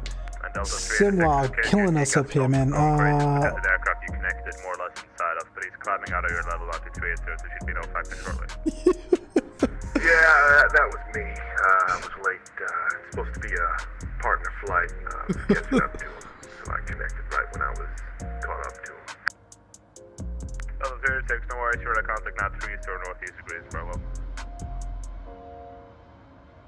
It was supposed to be a group flight and we left him, so he's trying to get us back. Okay. Oh man. Eastern 160, Alright, let's see. Let me catch up in the chat here. Stock Actual Gaming. SDF. I know SDF. What is that? Is that St. Louis? I think? To Tampa, Philadelphia to Tampa. RR 300 routes right now. Gotcha.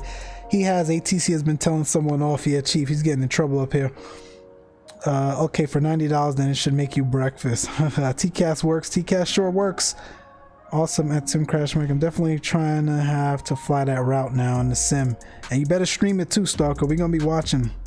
Stalker Actual Gaming Tampa to MCO is a nice hop too that they do. What type of plane is that above your head? An Airbus 797. Simlog, what are you flying? Flight Sim 69, what's going on, my friend? Xplane, did you check out Flight Tampa KLAS? You know what, 6ix9ine, you know, I kind of had that attitude for a while as well, and that's kind of why we parked Xplane. In fact, we actually had it completely, you know, uninstalled. It was a lot of work to get it back to where we had it, especially with ortho, but we're back. I miss flying proper aircrafts, man. That's why we're back. You know, it was fun in FS 2020 for a while, but you know, the beauty of the sim can only take you but so far. So we've got both now, and we will take advantage of both going forward. So that's cool. I did not check out Flight Tampa KLAS. I probably won't buy it until we get you know, maybe the CRJ or something. So we'll see. I almost pulled the trigger the first day, but they were having Flight Tampa for some reason. You know, every release has some sort of high frame rate performance CTD issue on every release. This would be the third time they're releasing Tampa between P3D, Xplane, and now FS 2020. You think they would have it figured out by now, but I think there's a patch and it works okay, but we're gonna hold off for now. But I did see, I think XP72, I saw his stream. It looks gorgeous, so we'll see. My PC's history with Xplane and P3D. No, you're gonna regret it, man. Ask these guys here. I was doing the same thing. The P3D I still have installed, but I said the same thing, man. I was here. Click, woof, FS 2020's release. Click, click, delete, delete. I need space. And that was a mistake, man. So we're back. Vegas from them is hard on frames. 125 Atlanta Center is closed. Change approved. Have fun with the group flight. Thank you, sir. Thanks for accommodating us. 125 over to Unicom.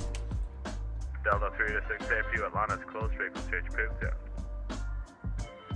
Over to 533. 22-8. Atlanta's closed. I thought we would have been on with Jacksonville. I guess our route takes us a little bit further west than I thought. John, is that why you jumped back on VATSIM? Because Atlanta closed up?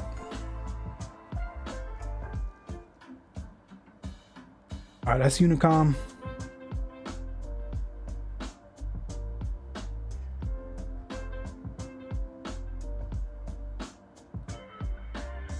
Hey, Sim Crash Mike, man, subscribe to Stalker's channel, man. That'll be cool. I'd like to see you in the chat and whatnot when he flies, man, especially that A300. It's nice to hear someone that at least has some knowledge around the ops and the aircraft, man. That's pretty cool that that's what you do.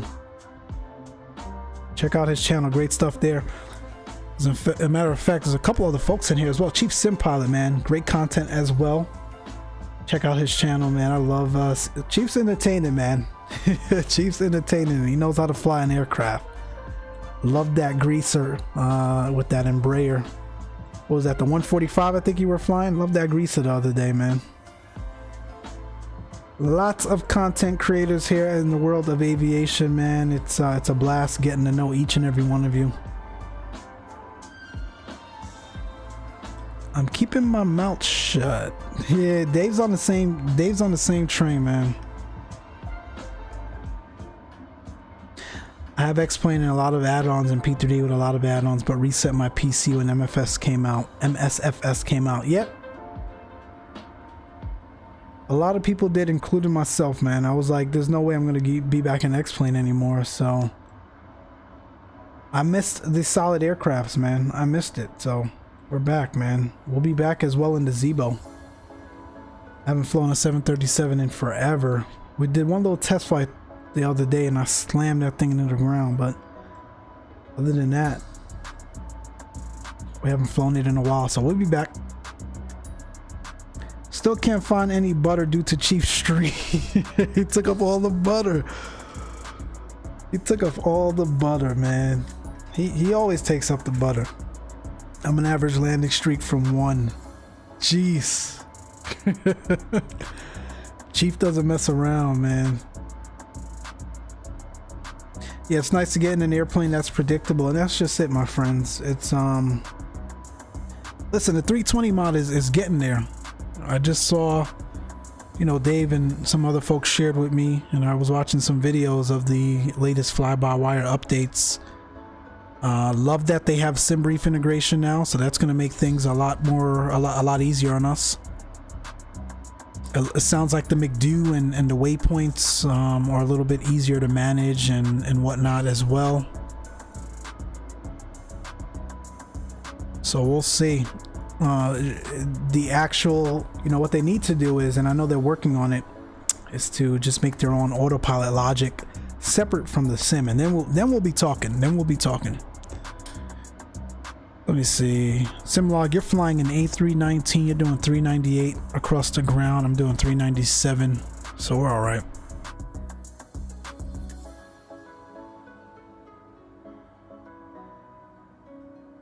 We got about 530 nautical miles to go.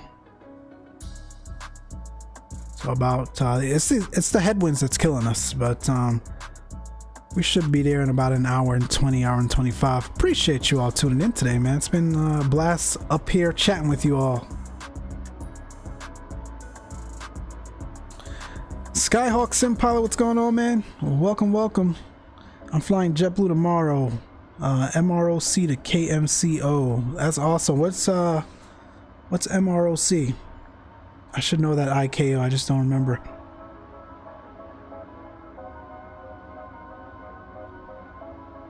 When that chief sim pilot talked to ACC and didn't hear what he wanted, he did his thing. Oh man. Sometimes ATC, man. Listen, man, I appreciate them, you know, volunteering their time to simulate the world of air traffic control. It really helps us out, but I'd be lying if I said sometimes, man, they don't frustrate you sometimes. Costa Rica, that's right. I knew that. Simlog, that's right. You were in Costa Rica for real, right? A couple weeks ago. How was their trip, man? Were you there for leisure or for work?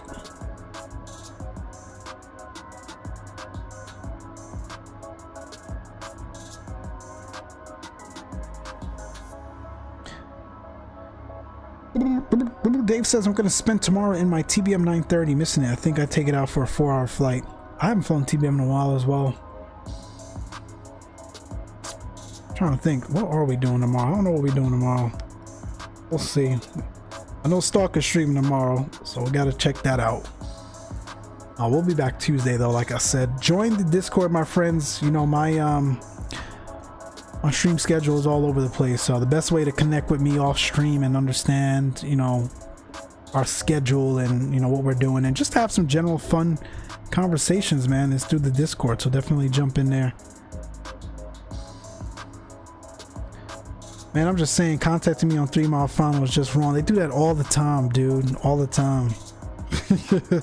All the time. Nobody got time for that. Simlog, you got married, my man. Congratulations. That's awesome. Skyhawk says you came to Costa Rica and didn't visit him. Congrats, my man. If I had some alcoholic beverages in front of me, I would have toasted to you, but here's some water instead, man. Congrats, Simlog.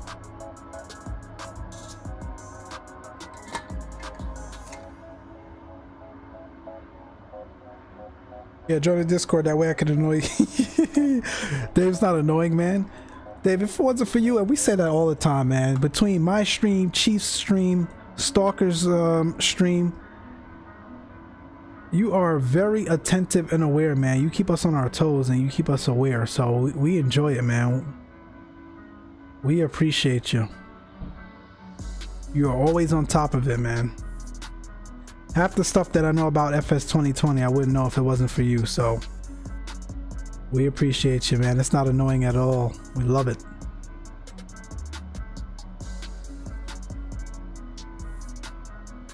Simlock tasting jet fuel back there.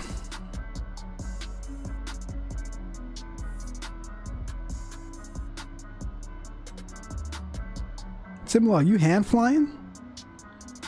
Or is that just your aircraft coming on the route?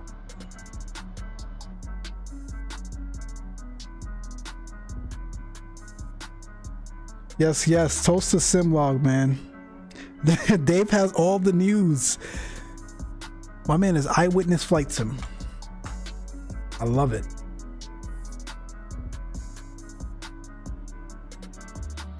Many have all the news, still don't have my CRJ though. Yeah, Dave, you've got all the news consolidated in one source though, man. There's a difference. It's all about, you know, streamlining that stuff, man, and you do it well, so I appreciate you. Yeah, we still don't have a CRJ, but like Chief said the other day, man, he said it best. When it get here, get here. That's for all the add-ons, man. Sometimes we find ourselves just refreshing, tuning in, checking news, checking that. When the add-ons get here, they will get here. Chief said it best the other day on the stream, man. So we'll see.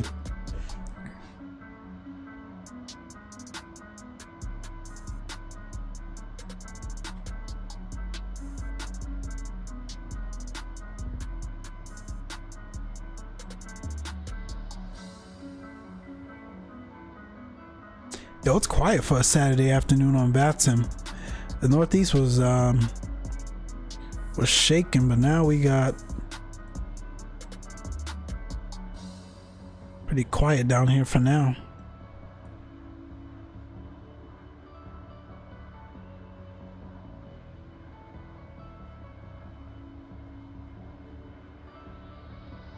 I always get this mixed up because it's interesting. Orlando and Tampa are like right near each other, but Tampa's a little further south, so Miami controls Tampa and Jacksonville from a center standpoint, top down wise. Jacksonville controls Orlando, so we'll have to keep that in mind and watch for that. We'll probably get, if Jacksonville comes on, we'll get descent clearance from Jacksonville, but then switched over to Miami.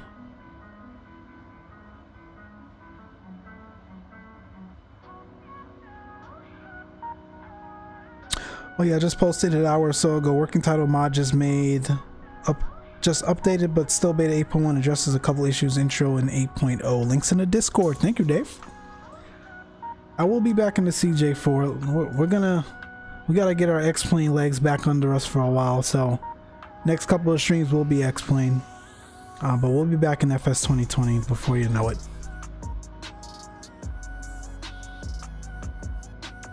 Although if that CRJ drops, that may change things, so we'll see. We'll just have to keep an eye on things and see.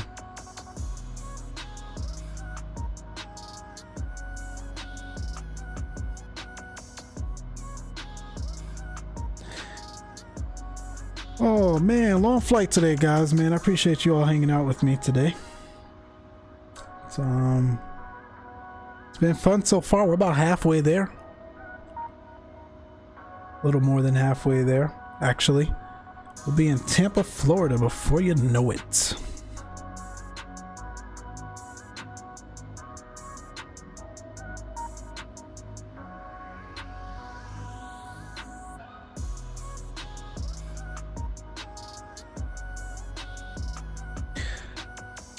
So while the Toliss is obviously a lot more robust and simulated than some other Airbuses, but I think one of the key things that FSLABS has folks beat on, and again I think part of it is because it's just a different platform, you're not able to simulate some other things, is that the ability to have AOC and some other things like de-icing and just why are we getting a TCAS warning? Simlaw, did you step up again? Are you at 3.8 now?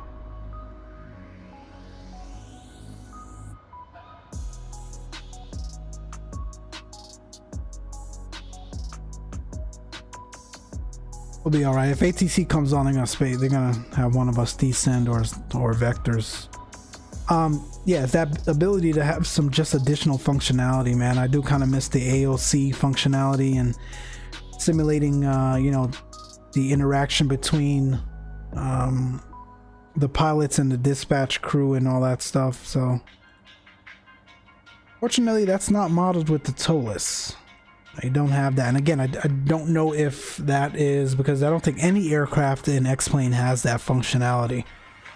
So it might just be a platform limitation, but I do miss some of that in P3D. P3D is just, you know, visually speaking, it's just terrible to look at, especially when you got Xplane and FS2020 now.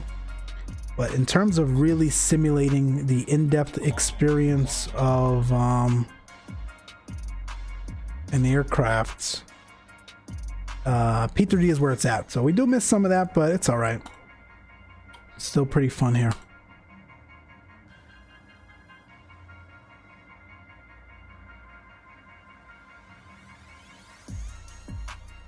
Simlog, I'm gonna go direct to another waypoint just to space us out a bit, because my TCAS is gonna keep going bananas here.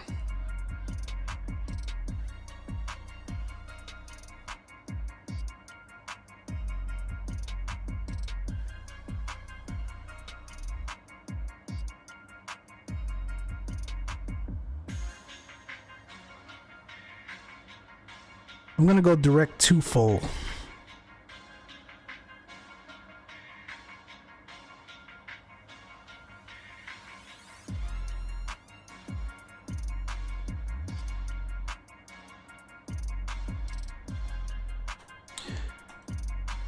I should help out a little bit there.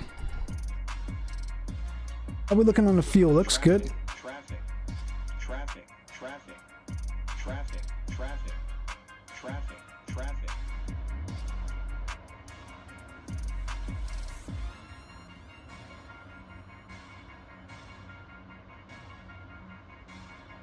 Traffic, traffic, traffic, traffic, traffic, traffic, traffic, traffic, traffic, traffic. TCAS is going bananas. Traffic, traffic, traffic, traffic. I know. It's Simlog back there, man. I do miss that though. We don't have that in FS 2020 yet. It's like flying blind up there. I do miss the TCAS functionality, so it's good to have it back. We got some spacing now between us. We're at the same flight level, but I'm going direct to full, so that should help a little bit. Tampa also has parallel runways, so we can get there at the same time. I'm planning the Loc one right. Simlog if you want to take one left. One left has an ILS, I think. We're landing east side, one right, just because that's where JetBlue parks. It's an easier taxi.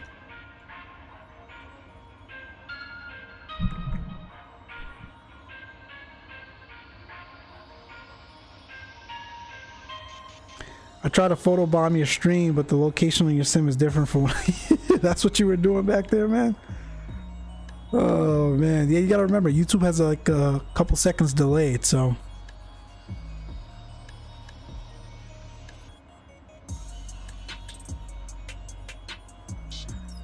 there's a slight delay.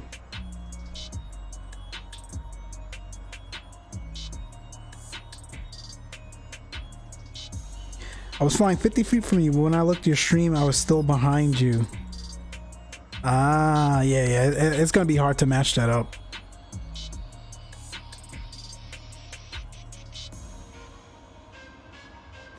Oh man, we got replay now, right? I forgot about that. So we might have to, in traditional Xplane fashion, do the replay on our landing. So that means I better get it right.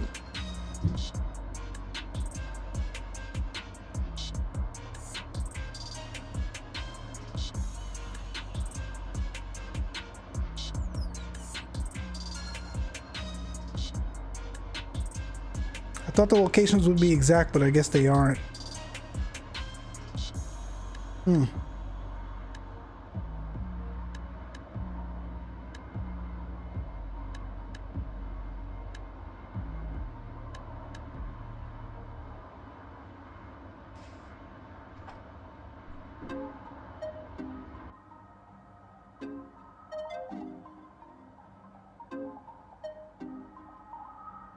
We got about 322 to top of drop.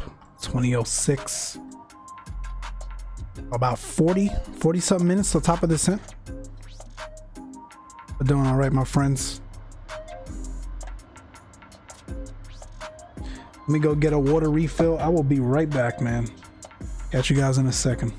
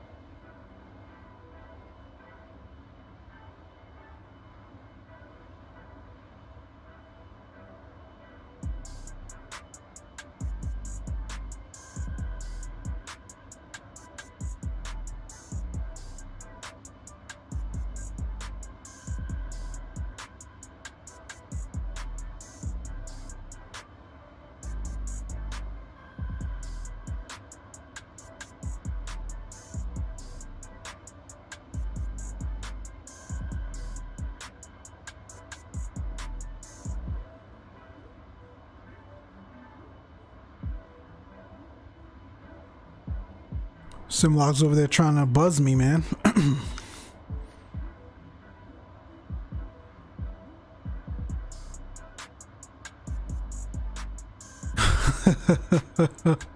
That is cool.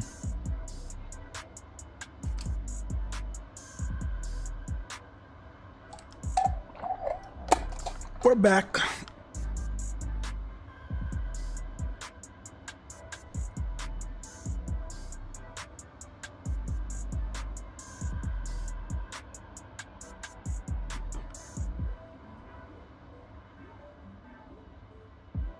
We got a 319 Escort here from Delta.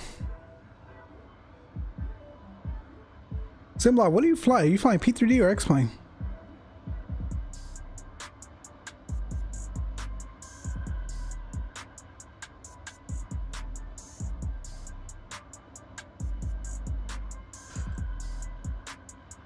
We are hauling tail, man. We got some the headwinds are starting to die down just a bit.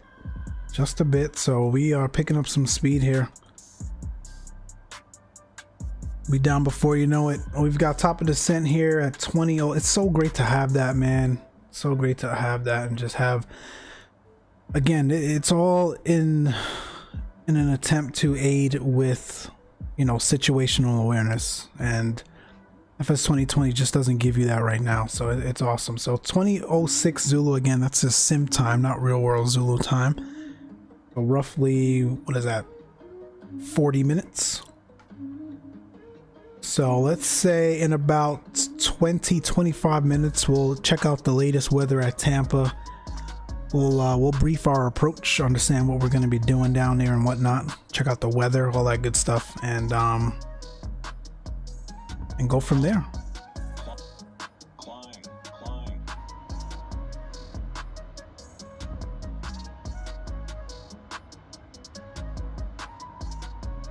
You're in P3D, gotcha.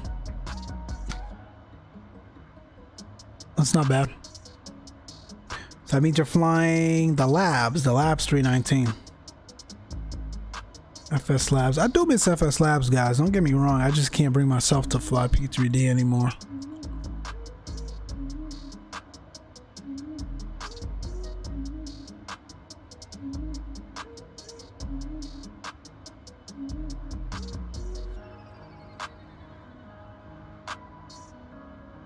No ATC, man. It's quiet down here.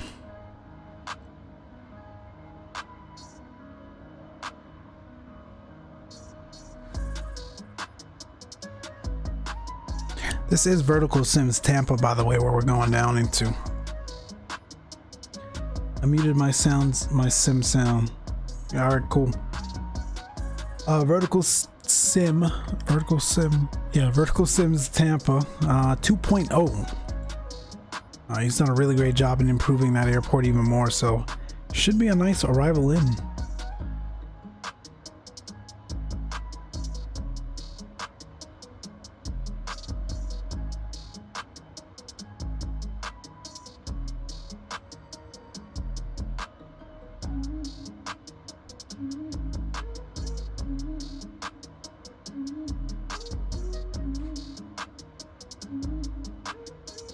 The next time, like I said, we'll fly the Zibo next, but the next time we fly the 321, we will fly the Leaps.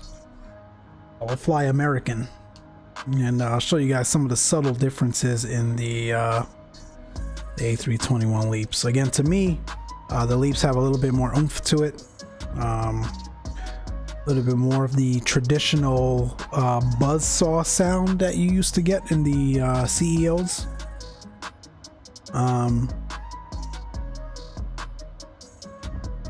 But these Pratt & Whitneys, man, they're awesome.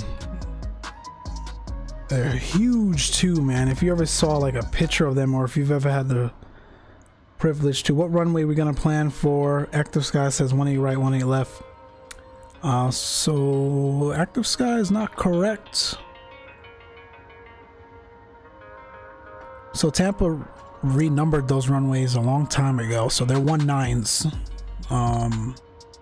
And I don't think they're landing south, but let me check flight radar. I'll let you know in a second.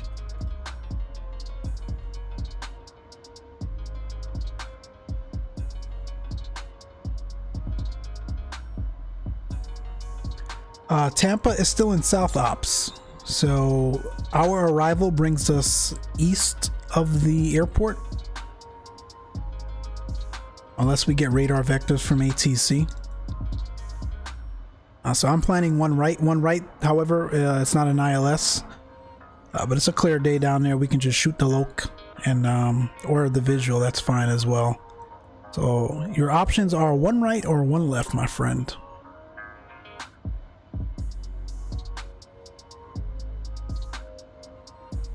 What was I saying? The Pratt & Whitneys.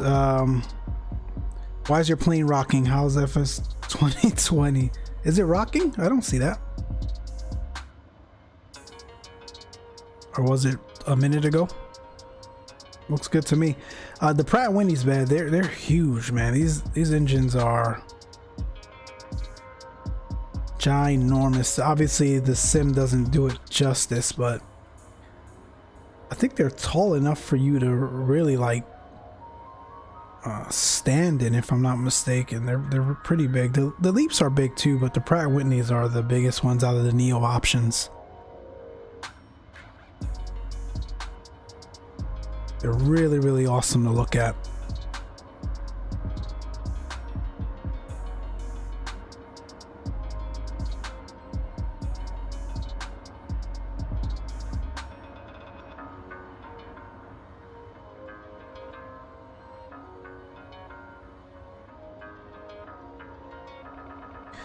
The old A321 engines look too small on the 321.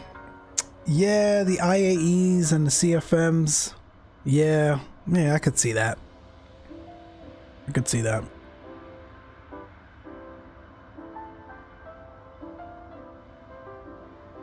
I see the Maxes are back flying, or they're about to be back flying. That's interesting. I think, if I'm not mistaken, here in the States, American has been doing a all crew only routes on the Max, like between LaGuardia and Miami and some of that stuff. So I guess to kind of help restore confidence. If I'm not mistaken, the thrusts close to the same or a little more between the Leaps and the Pratt & Whitneys, Johnny. Interesting how Airbus doesn't have chevrons to their engines, yet Boeing does. Yeah, that's a good point. That's a good point. Johnny, if you're talking about the thrust differences between the Leaps and the Pratt & Whitneys, I think there are subtle differences. Yeah, if I'm not mistaken. Hold on a second here.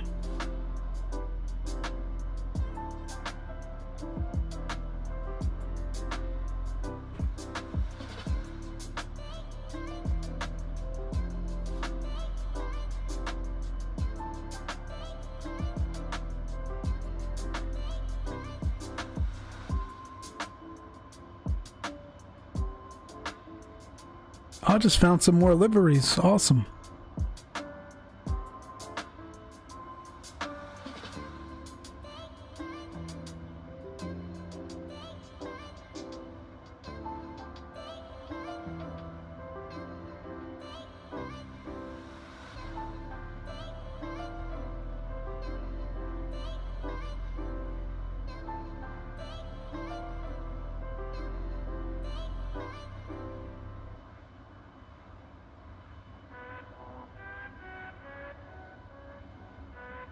Trying to get that information for you, bud.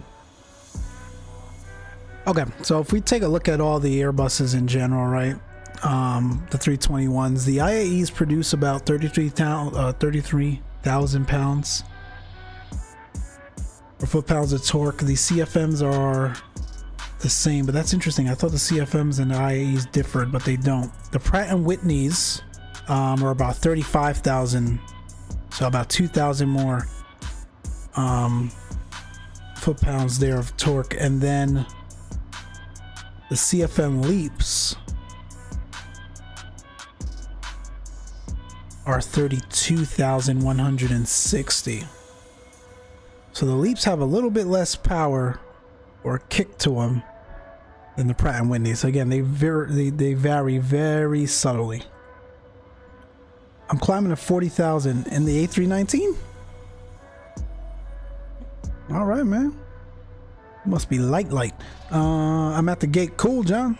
How was the flight?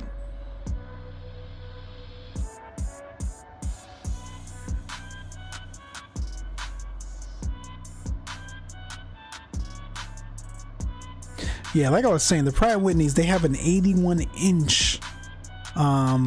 They measure 81 inches in diameter.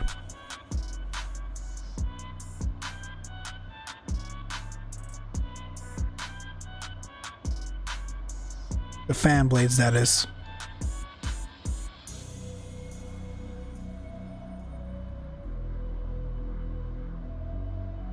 Ultra high bypass with a 12:5:1 ratio.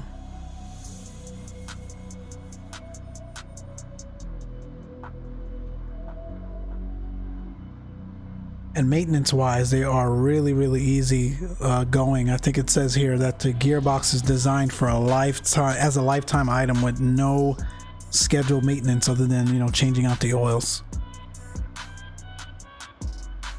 The Neos are remarkable, guys, man.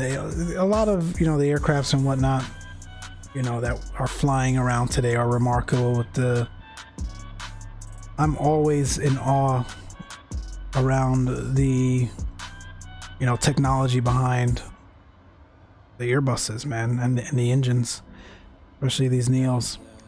Now I think they run, you know, a little bit hotter than the traditional CEO engines.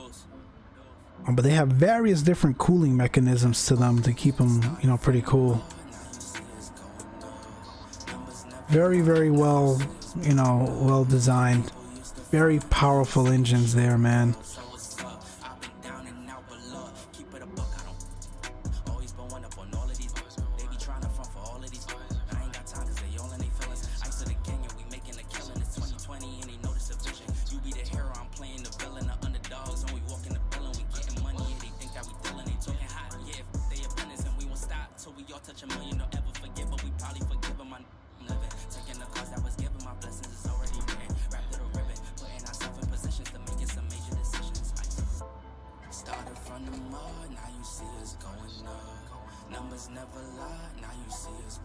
Excuse me while I enjoy my in-flight snacks.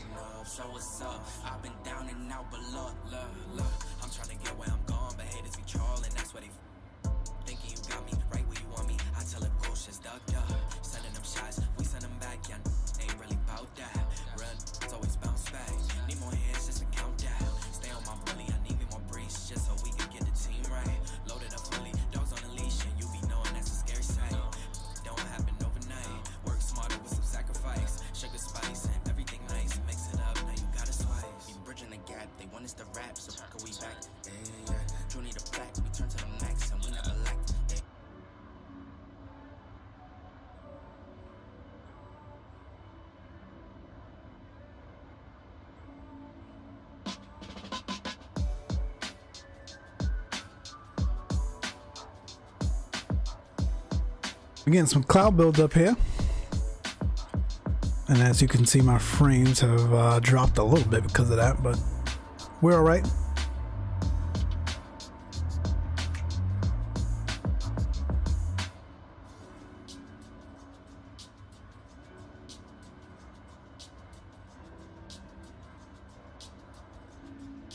Man, you gotta have some snacks. That's right, man. It's a long flight here. What weather engine is that? I am utilizing, and I guess I probably should have said that right now that I'm back in Xplane. I am utilizing SkyMax Pro, which I bought years ago, I think. They had a recent update, along with Real Weather Connector, which I had for a while as well, and ActiveSky.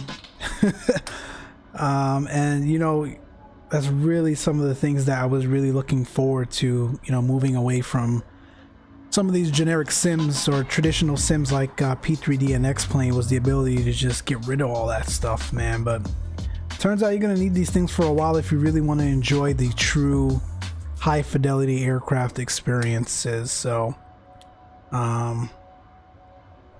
it's captain's got to eat too, yeah, man. It's what we got to deal with for now. So it's, like I said, SkyMax Pro that provides the clouds. Real Weather Connector injects the real weather from ActiveSky into the sim, and SkyMax and to put the clouds where they're supposed to be, and SkyMax provides the clouds and the visuals. It's a hot mess, man, but it's no different from P3D, where you've got ActiveSky, and for me, I used to use Rex, so Rex, ActiveSky. I know some folks use it, and Ven Shade or Even Shade or whatever they call that. Some of the things that you have to do here to make some of these simulators look really good, unfortunately. So that's pretty bad cloud transition. I didn't even realize, Dave, is it? It's been pretty smooth. I thought it was pretty smooth. And if you notice, the clouds don't really go out to the horizon line. That's really been something that has plagued Xplane here for a long time.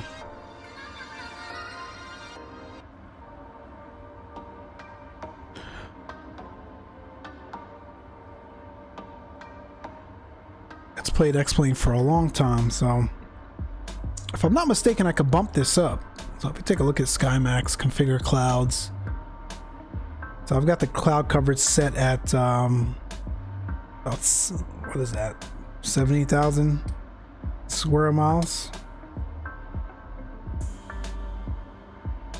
I'm running the default sky colors, although the sky colors I changed out, the default sky colors I changed out myself to something different. I forgot what I'm running, but yeah, those are my settings with it. And then I've got ActiveSky, as I said, and then Real Weather Connector. Where is it? Which is here. And if you're running some kind of external injector, which I am with ActiveSky, you got to check this box here. The transitions can be bad sometimes, which is why they give you the option to never change the visible weather. But if you do that, you don't get active or updated weather depiction, if you will. So the weather itself will be correct in terms of your altimeter settings and whatnot, but you don't get what you need in terms of the depiction. So that's what I'm running. I know it's a hot mess, a couple of different things. Like I said, I looked at Xenviro. It's heavy on frames, especially if you're running 4K like I am. And it was $70, man, so I'm gonna have to pass on that. Captain Geo, what's going on, man? Good to see you. You on the road, my friend? Thanks for tuning in. Blame Austin for that fact. You need to spend $130 to get respectable clouds and layering. Don't even get me started, my man. They're playing in Salt Lake City snow. Is it snowing in Salt Lake? We should have went up there.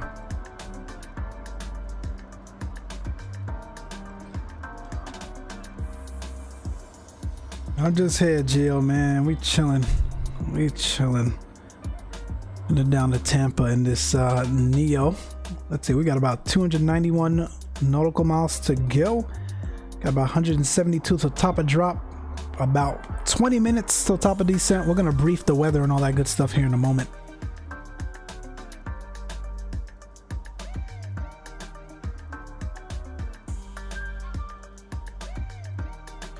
My PAC-X rating has tanked, man.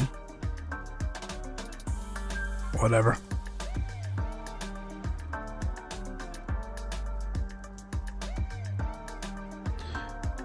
Geo, you drive all over, man. That's crazy. That's interesting.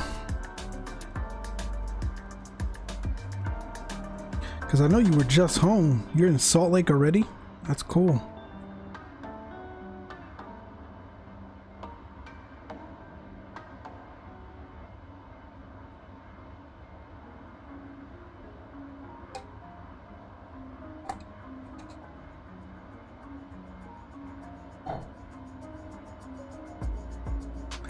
Now my trainee is driving now. Gotcha. Gotcha.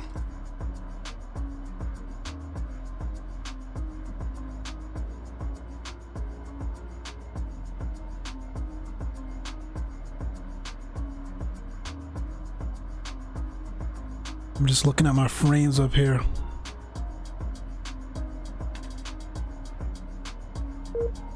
I knew that was gonna happen. I got booted from VATSIM.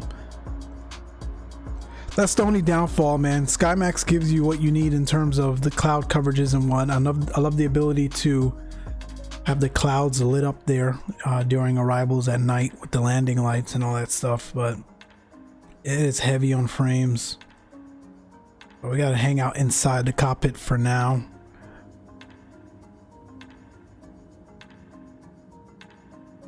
But we'll see if we can get you some wing views instead.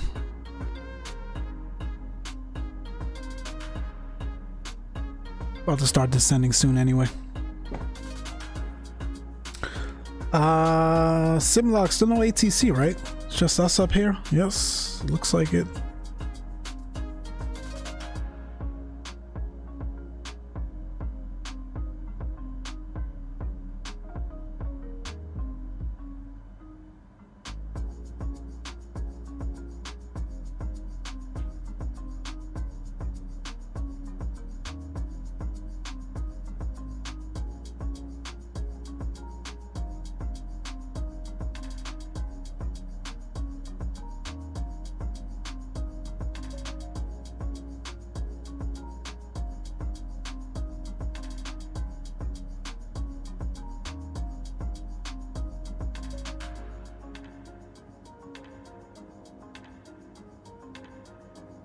Don't mind me, guys. I'm just taking a look at our charts here. Mentally planning our approach.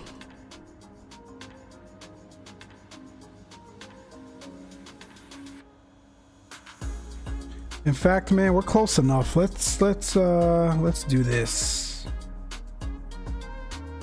And turn this music down just a little bit.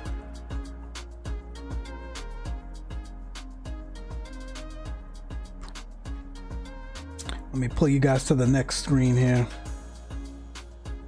So as you can see, we're making our way south into Tampa. We're about 140 miles from top of descent. We're coming in via the Dates 6 arrival. Really not a ton of restrictions on the arrival, except we want to pass Jeja at 270. We're going to be landing south, so we're going to be taking the south restriction, which is 250 knots. I'm sorry, we're landing north. The north restriction, 13,000 on the altitude there. No speed restriction, obviously, because you've got a little while to go there.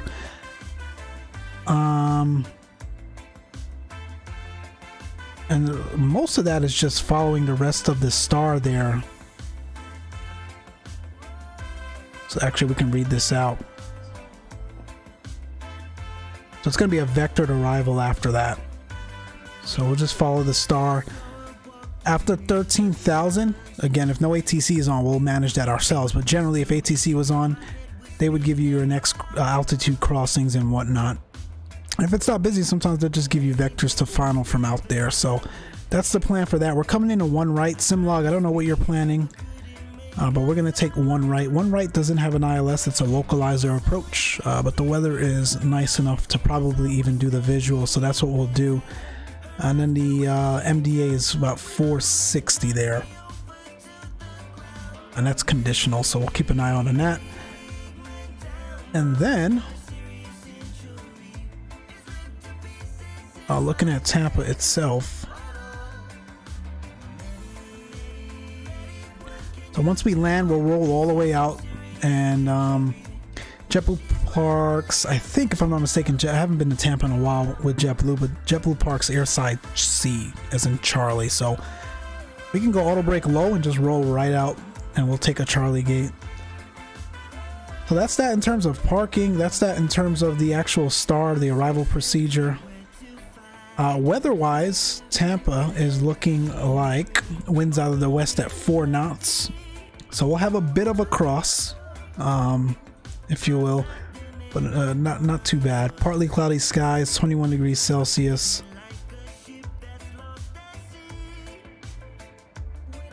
We got a few clouds at 5,500, so that's scattered, no precipitation or anything like that. So it's a nice day in Florida, my friends. Should be straightforward. So with that being said, let's jump back in here and set up the box for the arrival.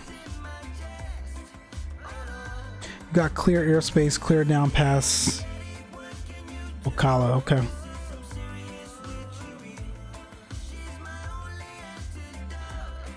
QNH 3016.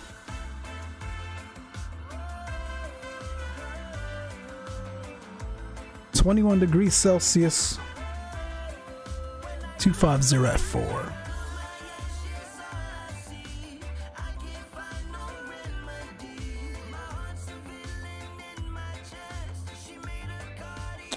That looks perfect.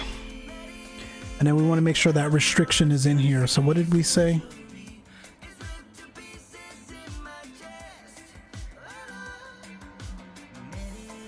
Olean at 13,000, so let's double check. See, that's off, which means we need to be descending now. Let's change that constraint to 13,000.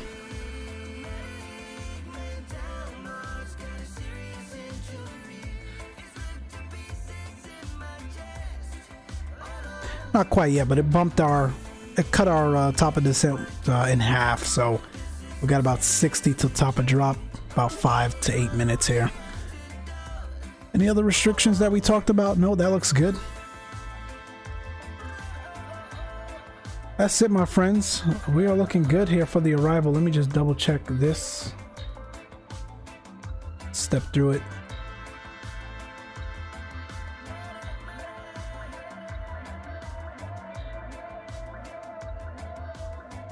Yeah, that looks good.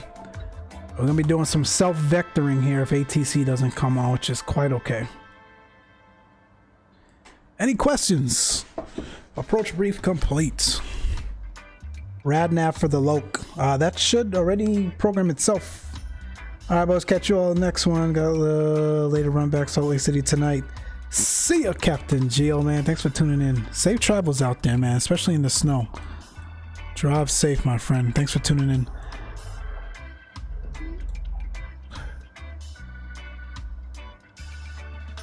Radnav for the Loke DME.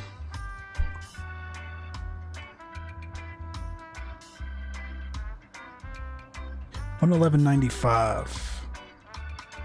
I feel like, Dave, that's going to tune itself, if I'm not mistaken.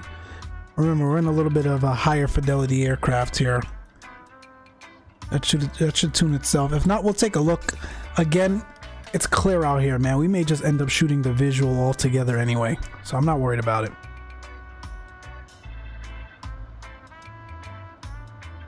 Later, man.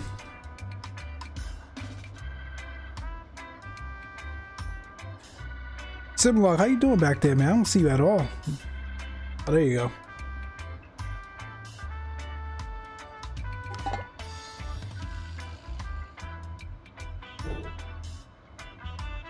Yeah, the transitions aren't smooth at all, Dave. I see what you're talking about. I just caught that.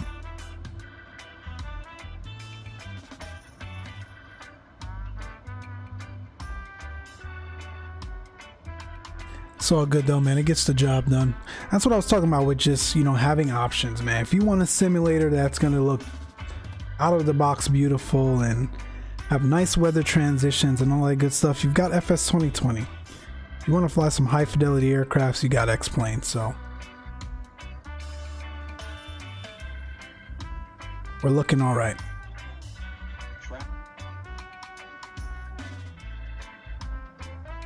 Getting a TCAS warning again. What are you doing back there, Simlog?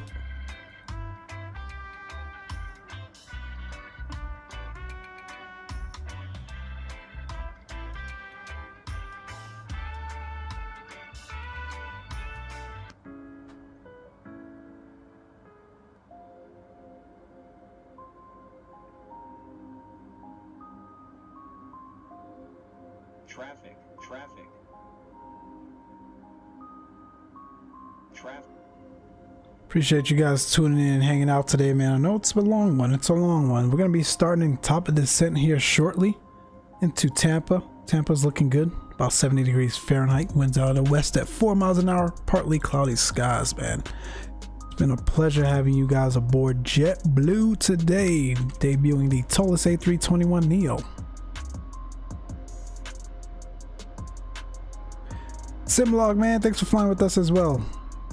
You back there throwing our TCAS for a frenzy, man, but always enjoy you flying side by side with us.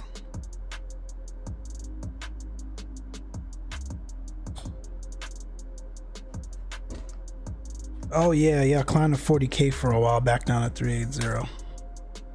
Okay, that's why TCAS is going mad. I'm gonna start descending here soon.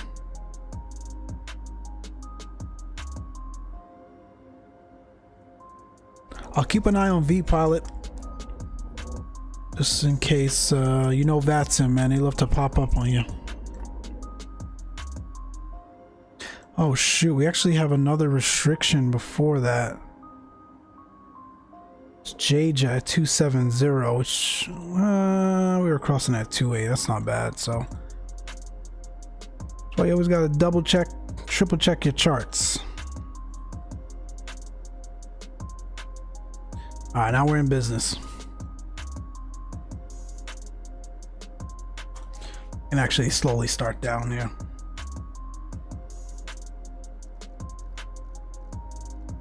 Well, dial in 27, managed. So nice to have a managed descent profile in an Airbus again, man, isn't it?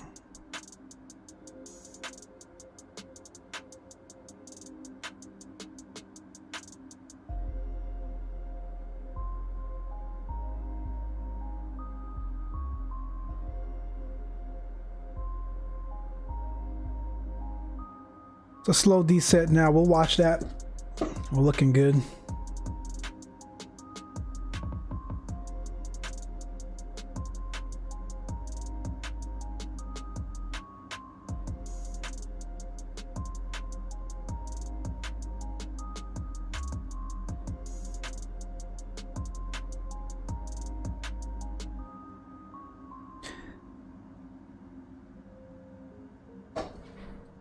Sorry, man. I was trying to see the name. Haftel CYYZ. Just found your stream. Nice and relaxed. Have a smooth landing. I appreciate you, man. Thanks for tuning in. Thank you. Thank you. Welcome to the channel. I take it you either work at Toronto, live near Toronto, love Toronto by your name there, but welcome to the channel, man. I'm removing that airport as soon as this flight is over. Removing what? Toronto?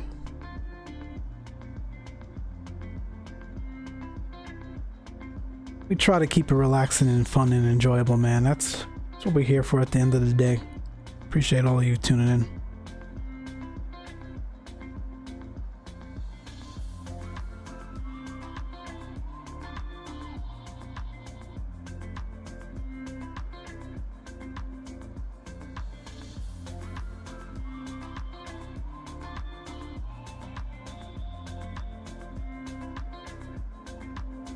Similar, but there's two other airplanes coming into Tampa. They look like Southwest, and they're a good distance ahead of us. They're about 100 nautical miles south of us, so there shouldn't be any conflict, but just watch out for that. I'm looking on VATSIM here.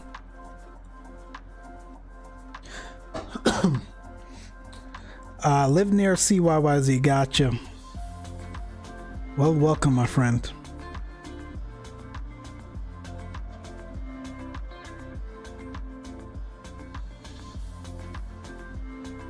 Let's I gotta reinstall that airport actually for Xplane.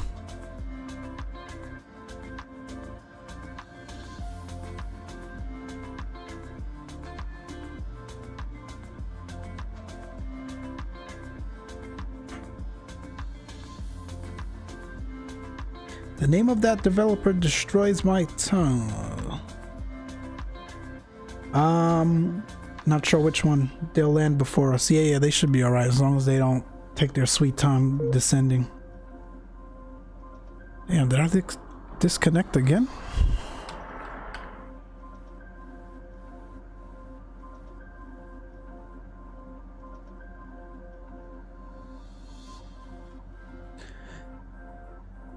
What developer are you talking about? YYZ. So the only developers I can think of. So in P3D, Flight Tampa. No. Yeah, Flight Tampa makes YYZ. Xplane. I forgot who I have it for in Xplane. I don't think there's a YYZ add-on yet for FS 2020.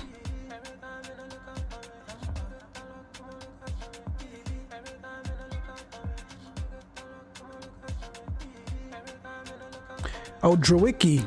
Gotcha. Drewicki Designs. I didn't know they had an airport at Toronto.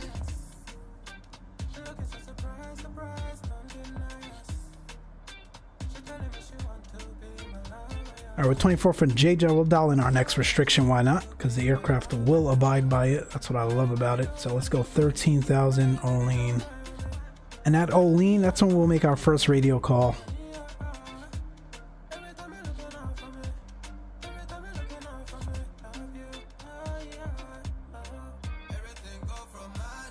What I was saying is Drewicki Designs JFK destroys my frames. I'm removing it.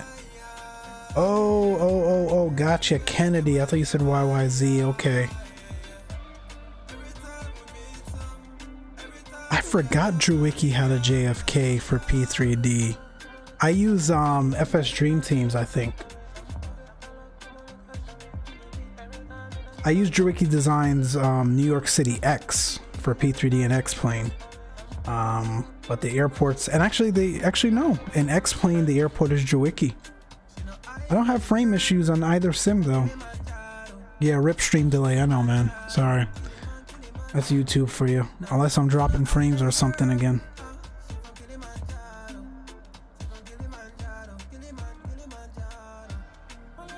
Alright, let's go direct Olean.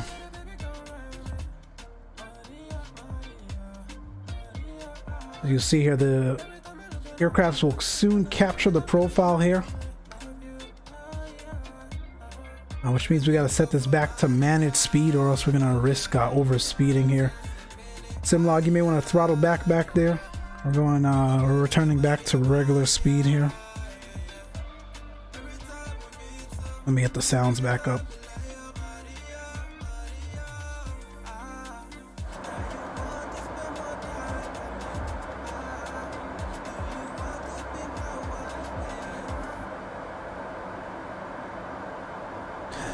All right, man, it's business time. Let's do this. We briefed our arrival, right? We know what we're doing. We understand the approach. We know what runway we're coming in on. We know where we're parking. We understand the weather down at the airport. Flight crew's been briefed. Now let's sit back, relax, and enjoy the descent. Dream Team has no taxiways. Texture is blurry as hell. Again, I'm not sure in which sim you're talking about. That's a problem these days, man. We got like 3 different sims. It's a very old airport in P3D from Jawiki. I know that for sure. That could be why. My only, and I have Jawiki's airport, so I've got the heck are their names? FS Dream Team's JFK for P3D. I've got Jawiki Designs New York City X for P3D. In Xplane, I have Jawiki's New York City X, and I have Jawiki's airports for New York City. My only drawback with Jawiki's airports for New York City is that the jetways do not work. They don't have any active and working jetways. Oh, in P3D, I don't have blurry. Oh, so for Jawiki, yeah, that's why I stick with FS Dream Teams, man. Again, I think it's older than Jawiki's, but it's not the best. It's not great either, but it's the best scenery for New York that you have in P3D. 4-0 here, his airports are heavy. I have just disabled everything. 4-0 here, I have Jawiki Designs Chicago City X. Do I have his airports? I don't remember. Guys, we got too many sims and too many developers in each of those sims, so forgive me. Seatbelt sign's coming on now. PackX does not like me today, man. My rating is 66%. I know we left late, but what else are they upset about?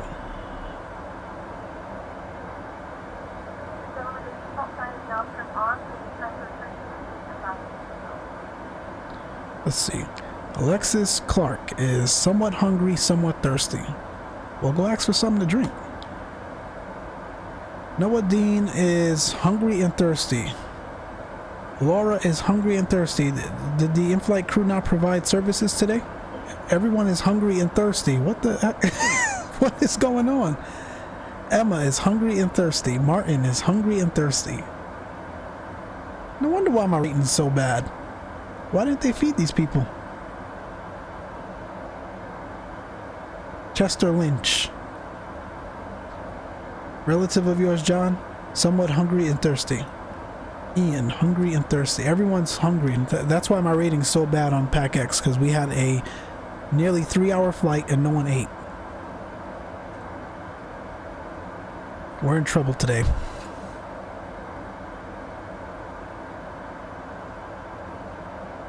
Meanwhile, the captain was up here snacking. Oh man, feed the people. Dude, that is the cabin crew's job. I saw that the thing flash up that they were providing meal service. I don't know what happened. I don't know what happened. In summary, P3D, Jawiki JFK kills frames, Dream Team JFK ground textures are so blurry you can't tell where you're going. I agree on all of them. You being a budget airline with your cheap self. I'm always hungry. Budget airline flying Neos. I gotta get back in the cockpit, man. My frames are killing me. How are we looking? We're looking all right. We're managing this descent here. Crossing Arlene at 13,000. Actually, it's not too late to make a radio call. Let's see. We're on 22.8. Yep. Tampa International Traffic, JetBlue Airbus A321. We're about 28 nautical miles north of Olean, crossing Olean at 13,000. We're planning to localize a runway 1 right. Tampa International Traffic, about 120 nautical miles out.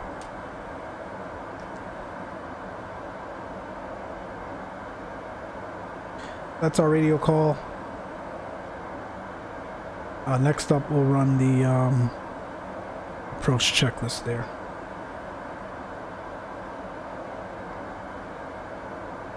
Got to switch to headphones, bedtime. Yes, man, I don't want your family blaming me for waking them up. Put on your headphones. This is gorgeous. I don't understand why my frames drop looking out the left side of the air. Oh yeah, because of this cloud coverage. Yo, Skymax has got to fix this. And I remember why I uninstalled Skymax years ago, because the frames are just terrible. I don't know what kind of... And it's not like the clouds look, you know, amazing. They're pretty standard. I don't understand why they kill your frames so much. They really got to figure that out. It's been years and they haven't figured that out yet.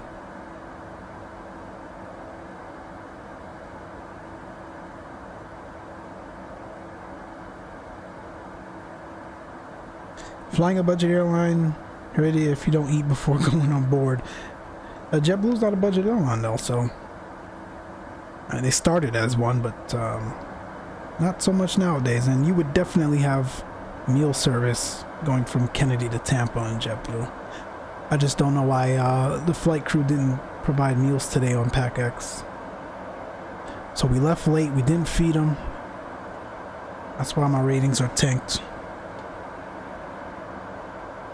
Alright guys, we're coming through 18,000 here. We need to get the altimeters reset.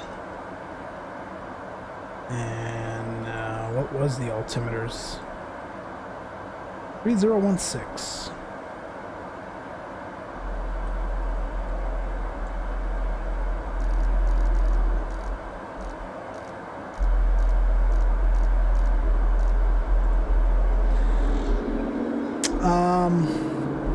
It's not an ILS approach, so we don't need the landing switches on, the landing system switches on. Like I said, we'll go auto brake low. We'll get terrain on ND on.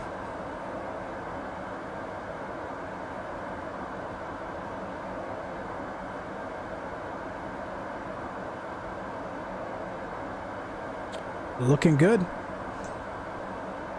Spirit is rough, dude.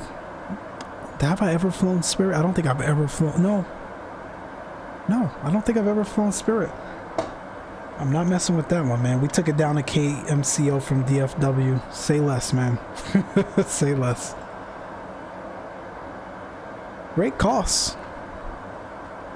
You know, it's pretty nice for the you know, pretty nice to go to some of those routes and not pay an arm and a leg for them. But you get what you pay for. That's for sure.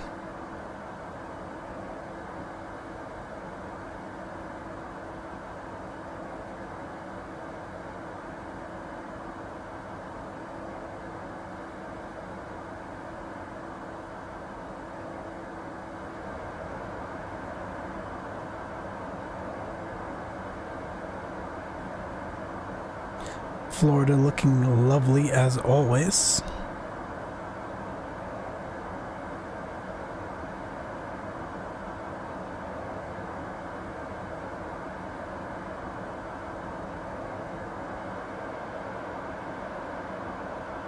We're through 13,000 here. So that means, my friends, at this point we would essentially get the rest of our altitude crossings from ATC. They are not on today, so let's drop this down to about 8 now. And we'll do an open descent.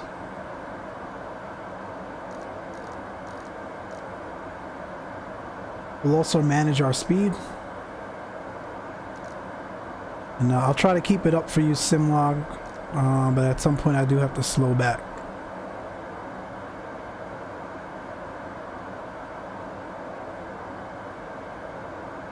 Actually, we're through Almost 12. I do have to slow back now. Let's make that 290. So my friends, as we never again, I hear you, man. Just take a 12-inch sub in your carry-on, for real. Hit Subway before your departure, for real, for real. That's what you got to do with some of these budget airlines. Listen guys, man, as we slowly make our way into Tampa here, the last 15 minutes or so of this leg, I want to tell you guys how much, again, I appreciate you guys tuning in today. And your support to the channel really means a lot to us. I enjoy having conversations with you all while flying, man. It's really a blast. So thank you, thank you, thank you. We'll be back maybe one more time before Christmas with another stream, probably maybe 1 or 2 more times before Christmas. But if I don't see some of you, wishing you and your families, if you celebrate it, a very Merry Christmas. If not, Happy Holidays in general.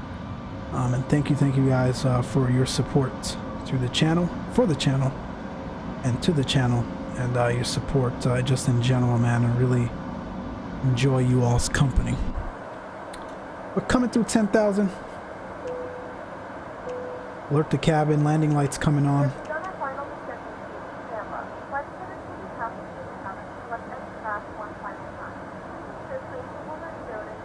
How long have we been in, Dave? 3+ hours? Wow, man. Every once in a while you get a long stream like this out of me.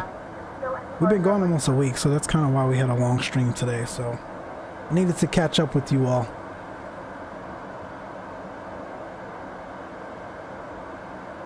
Alright, we're through 10,000. We really got to dial this back now.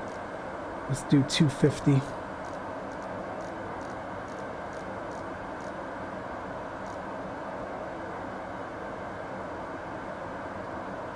And you either go down or slow down. So let's we're gonna level off here and let's actually deploy some spoilers.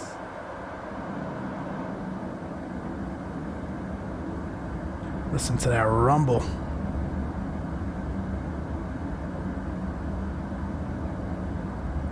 And the butt kicker. Yes, and join the Discord. Thank you, Dave. Trust me, man. If we're not streaming, we'll be chatting there, so.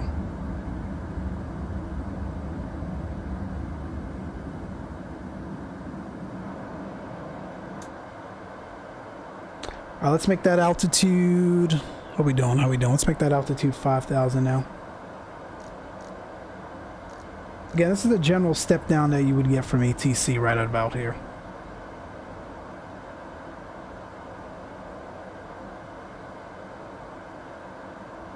Tampa International JetBlue Airbus A321 Neo, 8 for 5, about 40 north of Tampa. We're planning to localizer 1 right. Tampa International.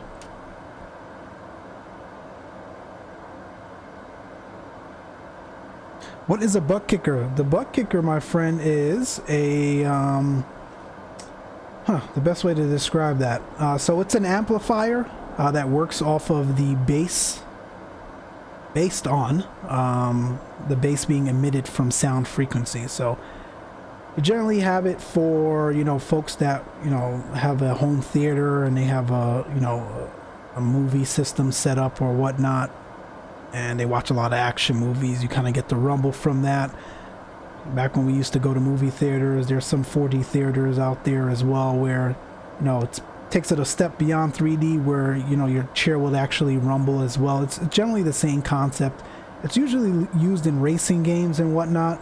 And Flight Sim 69, if you take a look at my channel, I have an actual video where I go through the butt kicker and how it works in Flight Sim and some of the different features of it and whatnot. I do owe an update to that video because it's through recent software updates, it's even a lot better. Like right now, if I deployed these spoilers, I don't know if you can hear it, but I'll turn it up here. So that's you're feeling the rumble from the spoilers of the airplane, and as I increase it or decrease it, the rumbles slow down and increase gradually. So it's really nice. You feel it with when you drop the gear, you feel it when you deploy the spoilers like I just showed you. It's really, really cool. It really adds another level of immersion to flight simming. I can't fly without it. I love it. That's 5,000. 2,600. That's where we want to be. Let's go to 3,000 now. 3,000 open descent. Let's bring the speed back to 220.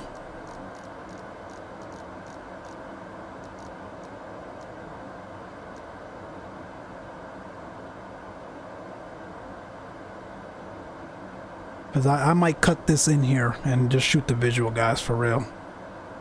Let me get slowed down.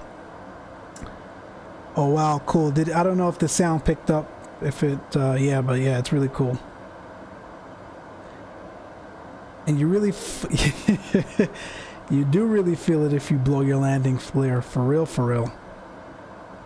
So I feel it, so, you know, sometimes you guys will hear it, sometimes you won't. I don't turn it up too loud because it can get really, really loud, and essentially you can feel it across the house if you have it turned up too loud, so. Had to step away for a sec back. No worries, Chief. Welcome back. We're just talking about the butt kicker, man. Love the immersion from it.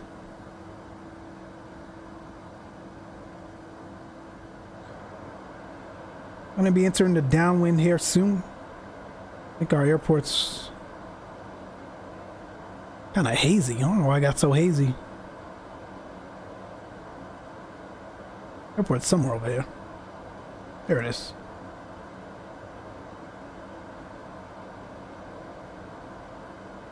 We're keeping an eye on our flaps. Technically, speed checks, we can take flaps 1. As long as we're staying above green dot, we don't need that out quite yet. So we're keeping an eye on that.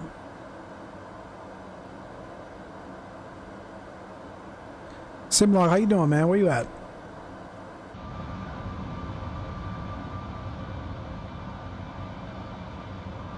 Did I get disconnected from VATSIM?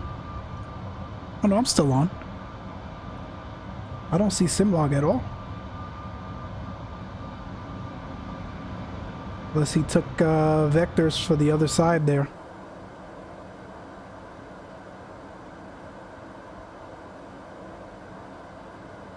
YYZ, thank you for the stream. Just subscribed. Oh man, thank you so much. Oh my gosh, it never fails. Never fails.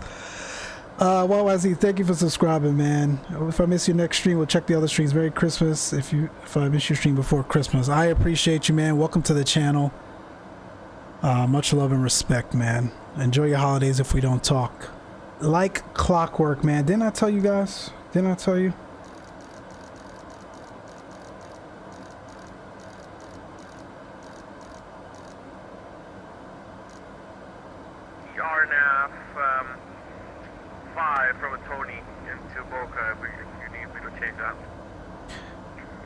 No matter where he at, he'll descend 4,000 feet, maintain, do approach at 210 anyways. For real. For real, for real. Appreciate you all tuning in today, man. We are getting ready to land here at Tampa. Miami Center, Delta 386 with you, RNAV 01 right, Tampa.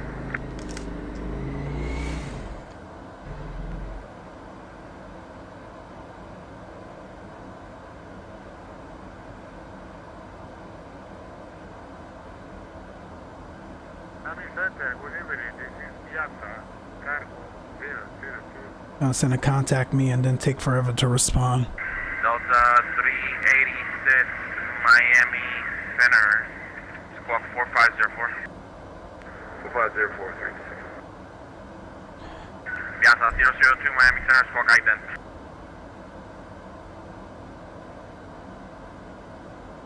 Simlog is enough, not predictable. Delta 386, radar contact 12 miles. I'm trying to get in. Of the Tampa Airport, descend and maintain 6,000. Expect a visual approach, runway 1 right, Tampa, for 3015. Alright, descend 6,000, visual 1 right, 386. Miami Center, JetBlue 125, good afternoon, 3,000, expecting a 1 right at Tampa. JetBlue 125, Miami Center, squawk ident. Does this work in here? Yeah, it does work. That's cool. 41 miles south of the LaBelle VR, climbing safe level 340. Never fails, guys. We had no ATC after DC. We're at 3,000 feet above the runway and ATC comes on. About 25 to the northwest of Papa, India, Echo, York. I guess it's better than calling us on a 3-mile final, though, right? Miami, center radar contact, access right.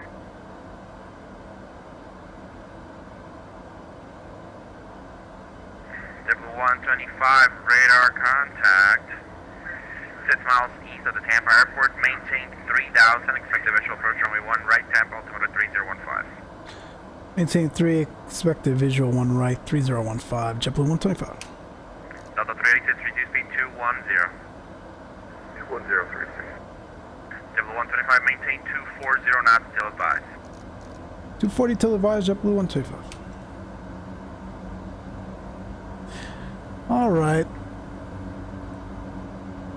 He's gonna speed us up here. I slowed down that much, guys, because I was really just gonna cut the approach a little bit here and shoot the visual a little bit early, but he's gonna extend our downwind.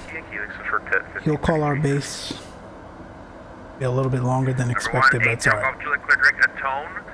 Cross a tone at or above 2,000, cleared RNAV, runway 5 approach. Direct a tone, cross a tone at or above 2,000, clear for the RNAV, 05 approach, at book 180, go Juliet. Only means I get to spend a little bit longer with you all.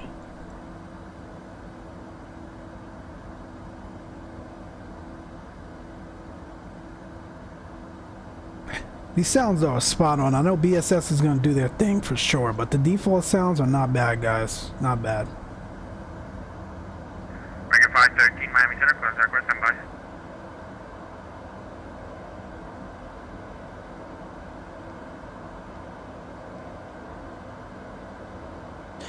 We'll activate approach speed here. We're managing our speed. Approach phase, rather. We're managing our speed here. 240. We'll level at 3. He'll call the base turn there. That's fine, no worries.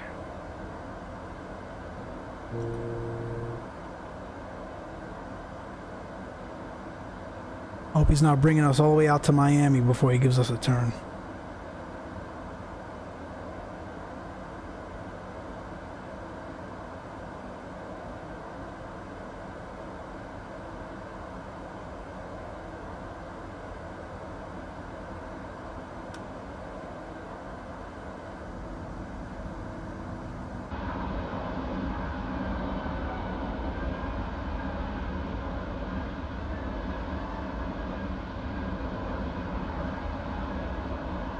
Delta 386, center maintain 4,000.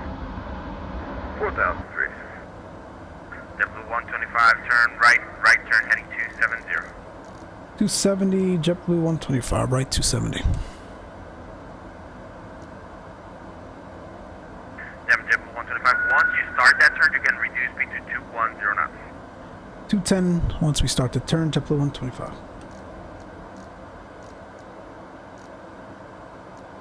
So we'll just have to manage this. We want to manage the aircraft's energy here. We don't have any flaps out. We're nearing that green dot speed and we're slowing to 210. I don't want to deploy flaps in the turn either. Never a good idea.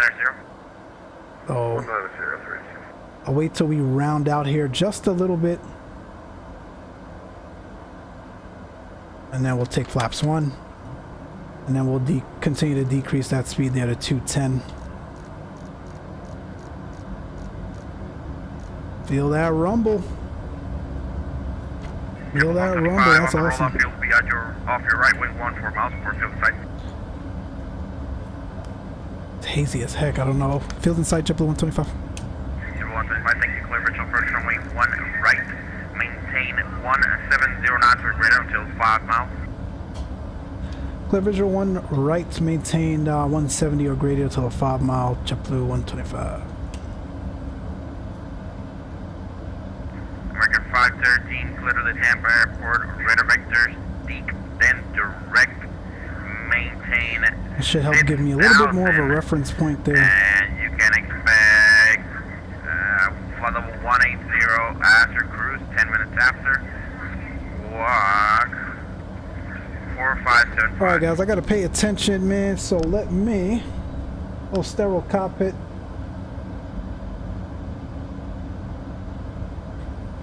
Why is it so hazy in Miami? Where's the... Oh, there's the runway. Alright, let's do this. Let's bring that speed back.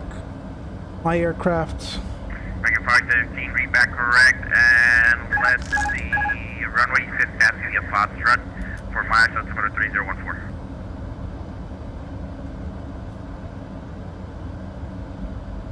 So the 386, turn right heading 270. 27036. 10 mile final now. Miami Center, UPS 1533 heavy. UPS 1533 heavy, go ahead. Can we expect runway 9 at Miami? Is that, you know... We're keeping our speed up here for SimLog back there. Well, there's a few problems with that. First, I do not control the approach. There's an approach controller on. And second, UPS lands on the north side. So if you land on Niner, you have a long taxiway back to your ramp. I see, I appreciate that. I'm not familiar with this. Okay, alright, I'll just fly the... You turn them down there, they're loud, man. Okay, I'm assuming I'll still be at 10,000 at Scott. Yep, you can plan that. Okay, I'll plan that. That's really what I need. Thank you. UPS 1533 heavy. Bring that speed back, we're fast here.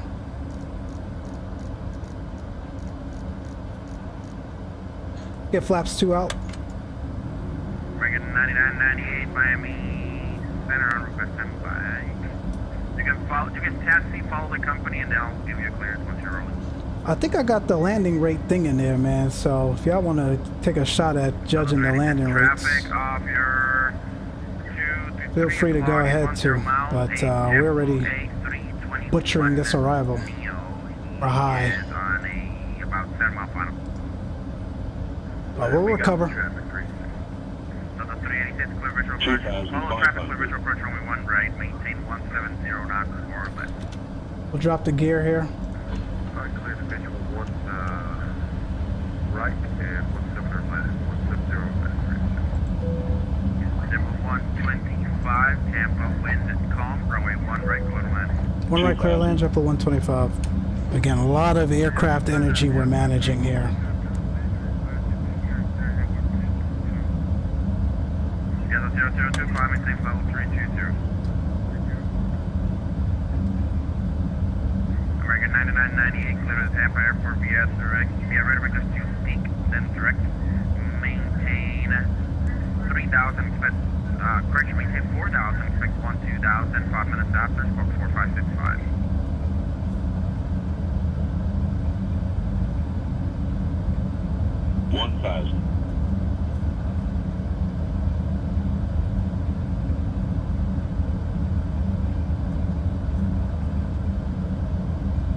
We get 9998, read back, correct, runway 6 via Foxtrot. 500. Bring it 513, fly runway heading to wind at 400.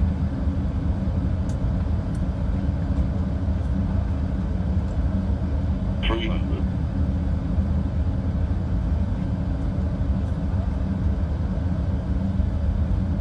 200.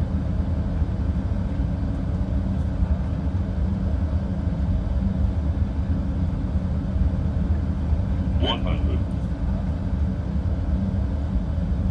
50. 40. 30.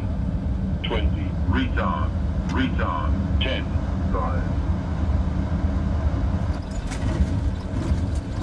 I did not like that approach at all. That was ridiculous. Alright, Swallows reverse green decel.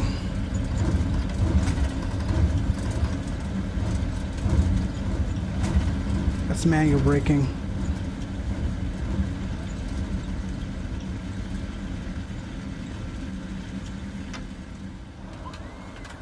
We should be able to make that turn. I think I got disconnected from VATSIM on final too, man. The local time is 3:31 p.m.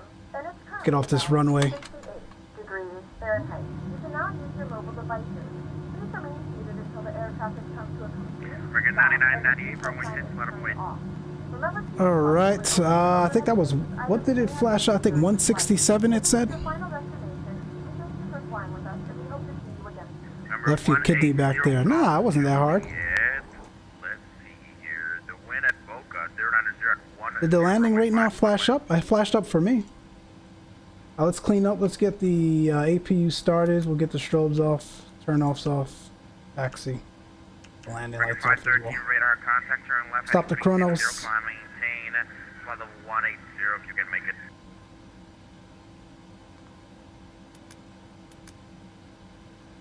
American 9998 on departure flighting 090, wind 0. Don't worry about that guy. We're just gonna go park here. Runway 6, cliff takeoff. Let's get the VATSIM 002 radar contact off. predictive wind shear, all that good stuff off. UPS 1533 cleared RexSky. Cleared RexSky, UPS 1533 heavy.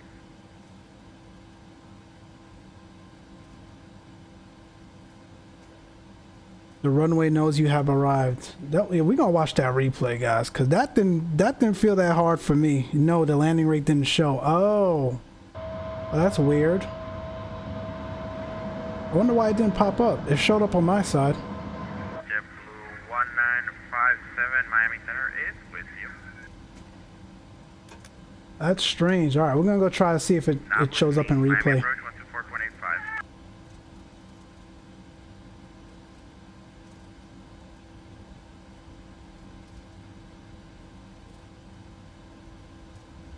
Something wrong.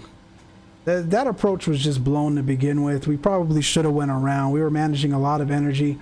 What it was me being conscious of SimLog back there and ATC wanting to keep my speed up. But at the end of the day, you've got to be responsible and fly your own aircraft. If anything, you know, he managed that. We didn't want SimLog to have to go around either, but we were a little bit too fast. That's what it was. And we're not flying FS 2020 anymore. The thing's not just going to slow down on a dime. So we're in a longer, heavier Airbus, and we've got to remember that.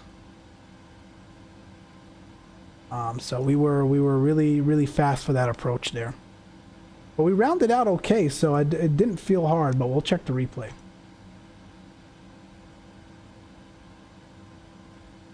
All right, let's line her up.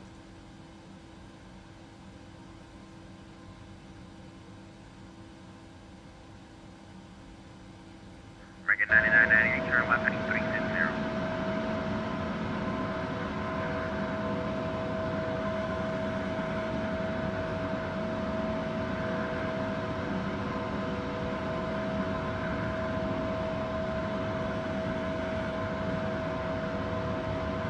That's fine. Yes, sir, that's fine according to our man out there. So APU is available. Let's kill number 1. 5421, clear direct Summers. Kill number 2. There's the cut over there. Seatbelt signs coming off. No smoking coming off. Where's the exit lights coming off? Fuel pumps coming off. That's weird that you guys didn't see the landing rate. I'm in window capture mode, so anything that pops up on the window should have shown up there for you guys. So apologies. Johnny, maybe it does take into account, I know I was saying on the ground back in New York it didn't take into account ambient temperature and a couple of other things, but this is simulating the cool down required for the turnaround for the Pratt & Whitneys and the Neo. Because remember, on the ground in New York it was only 30 seconds, now it's saying 2 minutes, which would be a little bit accurate based on the ambient temperature and the fact that we just landed. So maybe it does take that into account. That's pretty cool. Let's open up the cockpit door.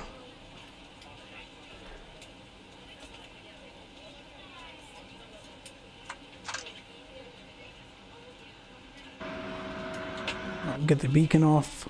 Simlaw, did you land?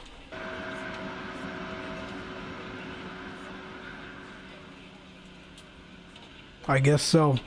Sorry I missed your landing, bud. How was it? Oh, there you go. You're taxiing off now.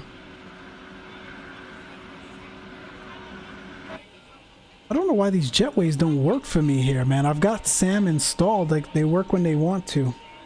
Anyway, that's not important. Let's go check out that replay. Let me disconnect from VATSIM.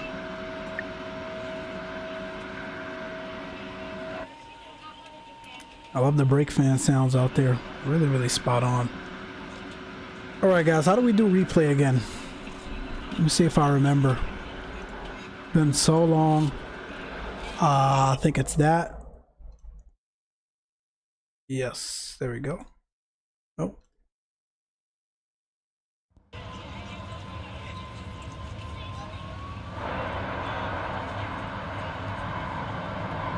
Back it up.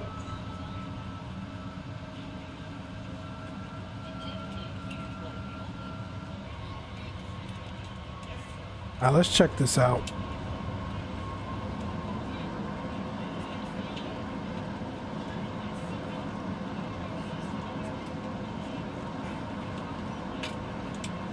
Alt R, thank you, Johnny. Gorgeous approach though. Because you guys said it was hard. It didn't feel hard to me. And that's even with the butt kicker on. Here's the flare. I missed the touchdown zone. It floated a bit, but we're down. And then there's the nose wheel. What you guys talking about, man? Center line too. You guys are tripping.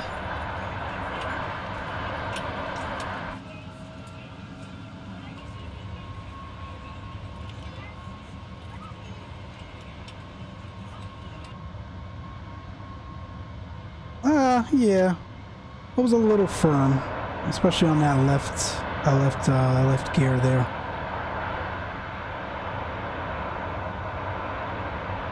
We could have held the float just a little bit.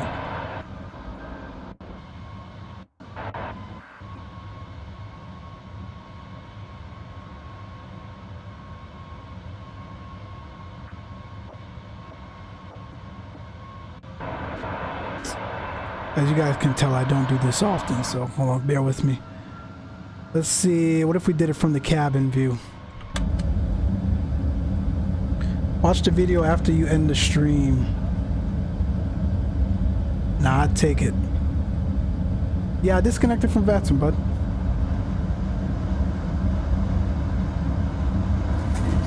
Oh! Alright, y'all got it. It was a bit hard. It was a bit hard. I wouldn't say I left my kidney on the runway. I've done that before. That wasn't that bad. But it was a little bit firm, for sure. Like I said, we were trying to manage all this energy. We were too fast to begin with, so I'll take it.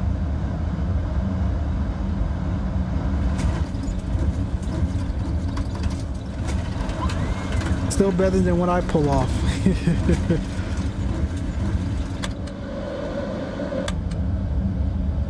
I don't think it was terrible, man. One more view.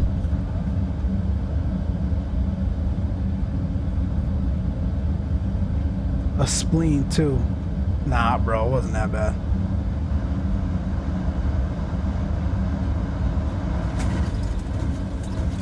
It was firm. It was firm. The landing rate wasn't even that, like I said, it popped up for me. It was 160 something.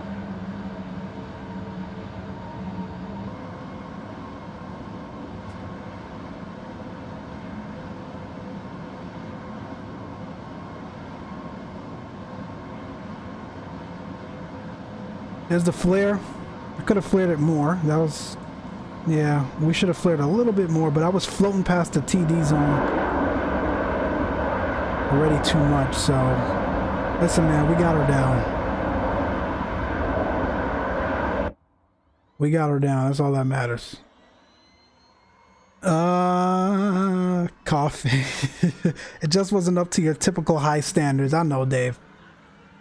I know. You gotta bear with me though, man. I haven't been in Xplane in a while. I've been used to flying those aircrafts over there in P3D. I don't know why that didn't show up for you guys. Let me see something.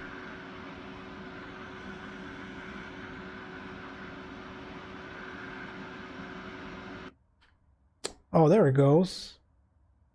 Oh, I know why. It's at the very top of the screen. I know what's going on.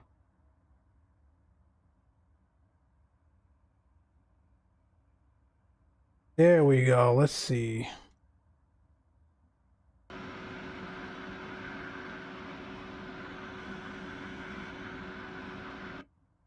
Can you guys see that now? Yeah, it comes up too high, so it's out of the view. Vertical speed, -58. That was a little harder than -58. I don't know about that. Very good flare. Float was 10.48 seconds. So Two mistakes was we're too fast on the approach, trying to manage all that energy there, and we didn't flare long enough. So, but it didn't feel that bad. Anyway, man, we're here in Tampa. All you landing critics out there, it was fun. We'll do better next time. I appreciate you guys tuning in, man. It was a blast. I know it was a long stream. You guys were here from the very beginning, so I appreciate you. Tune in. I think I saw a couple of pop-ups. I think Cheap Sim Pilot streaming later, if I'm not mistaken. Johnny, I know you're back tomorrow. Check out Stalker Actual Gaming. Simlock TV -144 on the landing. Awesome, man. Thanks for flying with us as usual. That was fun. You buzzing me and whatnot. Love the trip. Pretty amazing. Thank you. I appreciate all of you. We'll be back, like I said, roughly Tuesday. We'll see, Tuesday or Wednesday, with another stream just before Christmas. Until then, my friends, thank you all. Thanks to my mods there. Thanks for everyone else that's supporting the channel. Drew Stone, we'll see you, man. Good times for sure. You guys take care. Micslmn's out, man.